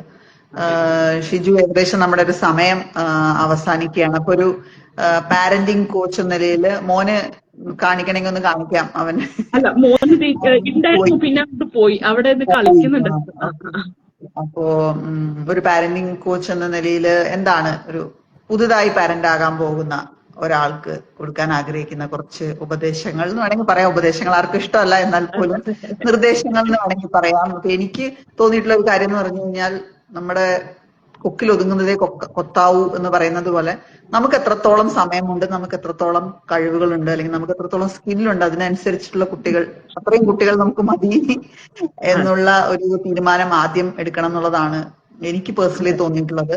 ഓരോ കുട്ടിയും ഒരു വലിയ റെസ്പോൺസിബിലിറ്റി തന്നെയാണ്. അതിന് ഒരുപാട് സമയം, ഒരുപാട് എഫേർട്ട്, ഒരുപാട് സാക്രിഫൈസസ് വേണ്ടി വരും. അത് ആരെടുത്താലും, അച്ഛനെടുത്താലും അമ്മയെടുത്താലും, ഒരു കുട്ടി എന്ന് പറയുന്നത് വെറുതെ അങ്ങ് വളർന്നു പോകുന്ന ഒരു ചെടിയൊന്നുമല്ല. അതിന് ആവശ്യത്തിനുള്ള പരിചരണവും ആവശ്യത്തിന് വളവും ഇടയ്ക്ക് പ്രൂണിങ്ങും ഇടയ്ക്ക് ട്രിമ്മിങ്ങും എല്ലാം ചെയ്താൽ മാത്രമേ അതൊരു നല്ല വൃക്ഷം, അല്ലെങ്കിൽ വളരും, പുറംപോക്കിലൊക്കെ വളർന്നതുപോലൊരു വൃക്ഷമായിട്ട് വളരുമായിരിക്കും. പക്ഷെ ഒരു നല്ലൊരു വൃക്ഷമായിട്ട് വളർത്താൻ നമുക്ക് സാധിക്കില്ല എന്നാണ് എൻ്റെ ഒരു പേഴ്സണൽ ഒപ്പീനിയൻ. അതിനെതിരെ അഭിപ്രായം ഉണ്ടാകാം. എന്താണ് ഷിജു എന്നുള്ള ഒരു പാരന്റിങ് കോച്ച് ഒരു പുതിയ പാരന്റ്സിനോട് പറയാനുള്ളത്? പുതിയ പാരന്റ്സിനോട് പറയാനുള്ള ഒരു കാര്യം എന്താന്ന് വെച്ച് കഴിഞ്ഞാൽ, നമ്മളൊരു പാരന്റ് ആവുന്നത് ആദ്യം നമ്മുടെ മനസ്സിലാണ്. അതായത് നമ്മള് പ്രഗ്നന്റ് ആവുമ്പോഴോ നമുക്ക് ആദ്യമായിട്ട് ഒരു ബേബി ഉണ്ടാവുമ്പോഴോ അല്ല നമ്മളൊരു പാരന്റ് ആവുന്നത്. നമ്മൾ ആദ്യം പാരന്റ് ആവുന്നത് നമ്മുടെ മനസ്സിലാണ്. നമ്മൾ എപ്പോൾ ഡിസൈഡ് ചെയ്യുന്നു എനിക്കൊരു കുഞ്ഞ് വേണം എന്ന് നമ്മൾ എപ്പോൾ ഡിസൈഡ് ചെയ്യുന്നു അന്ന് മുതൽ നമ്മൾ പാരന്റ്സ് ആണ്.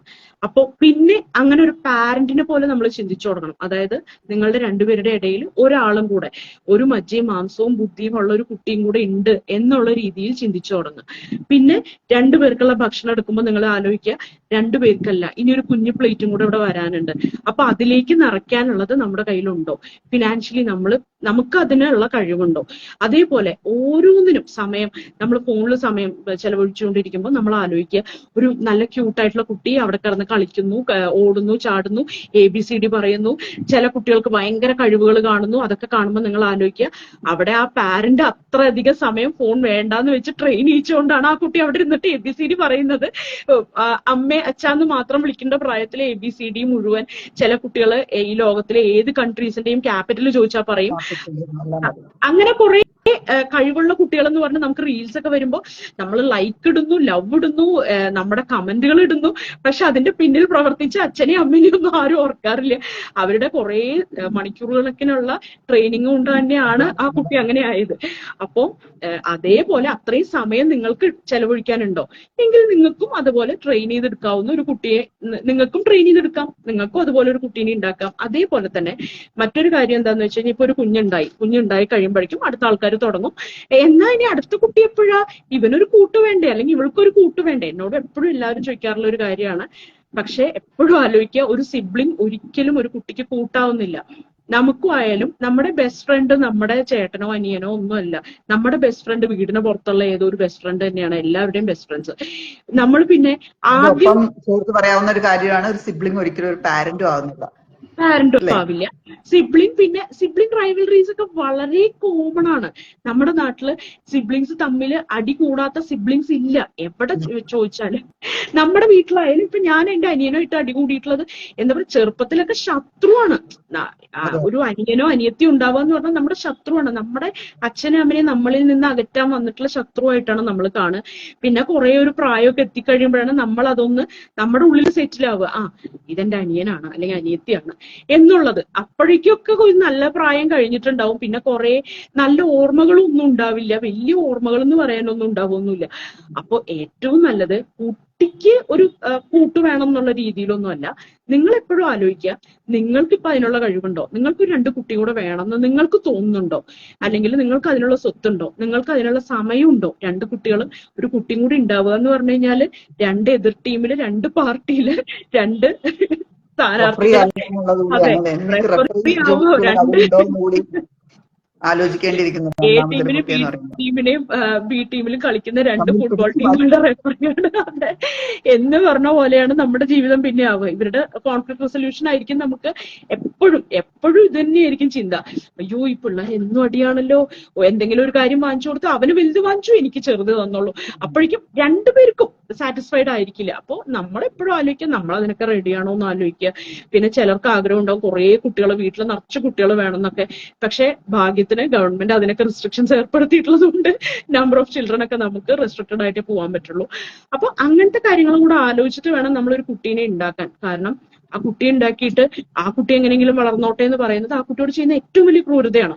നമുക്ക് സമയം കൂടെ കൊടുക്കാൻ പറ്റണം. ഏറ്റവും നല്ല സ്കൂളിൽ ഏറ്റവും നല്ല ട്യൂഷൻ കൊടുത്ത്, ഏറ്റവും നല്ല ഡ്രസ്സ് വാങ്ങിച്ചു കൊടുത്ത്, ഏറ്റവും നല്ല ഭക്ഷണം വാങ്ങിച്ചു കൊടുത്ത് കുട്ടിയെ വളർത്തുക എന്നുള്ളതിലല്ല കാര്യം.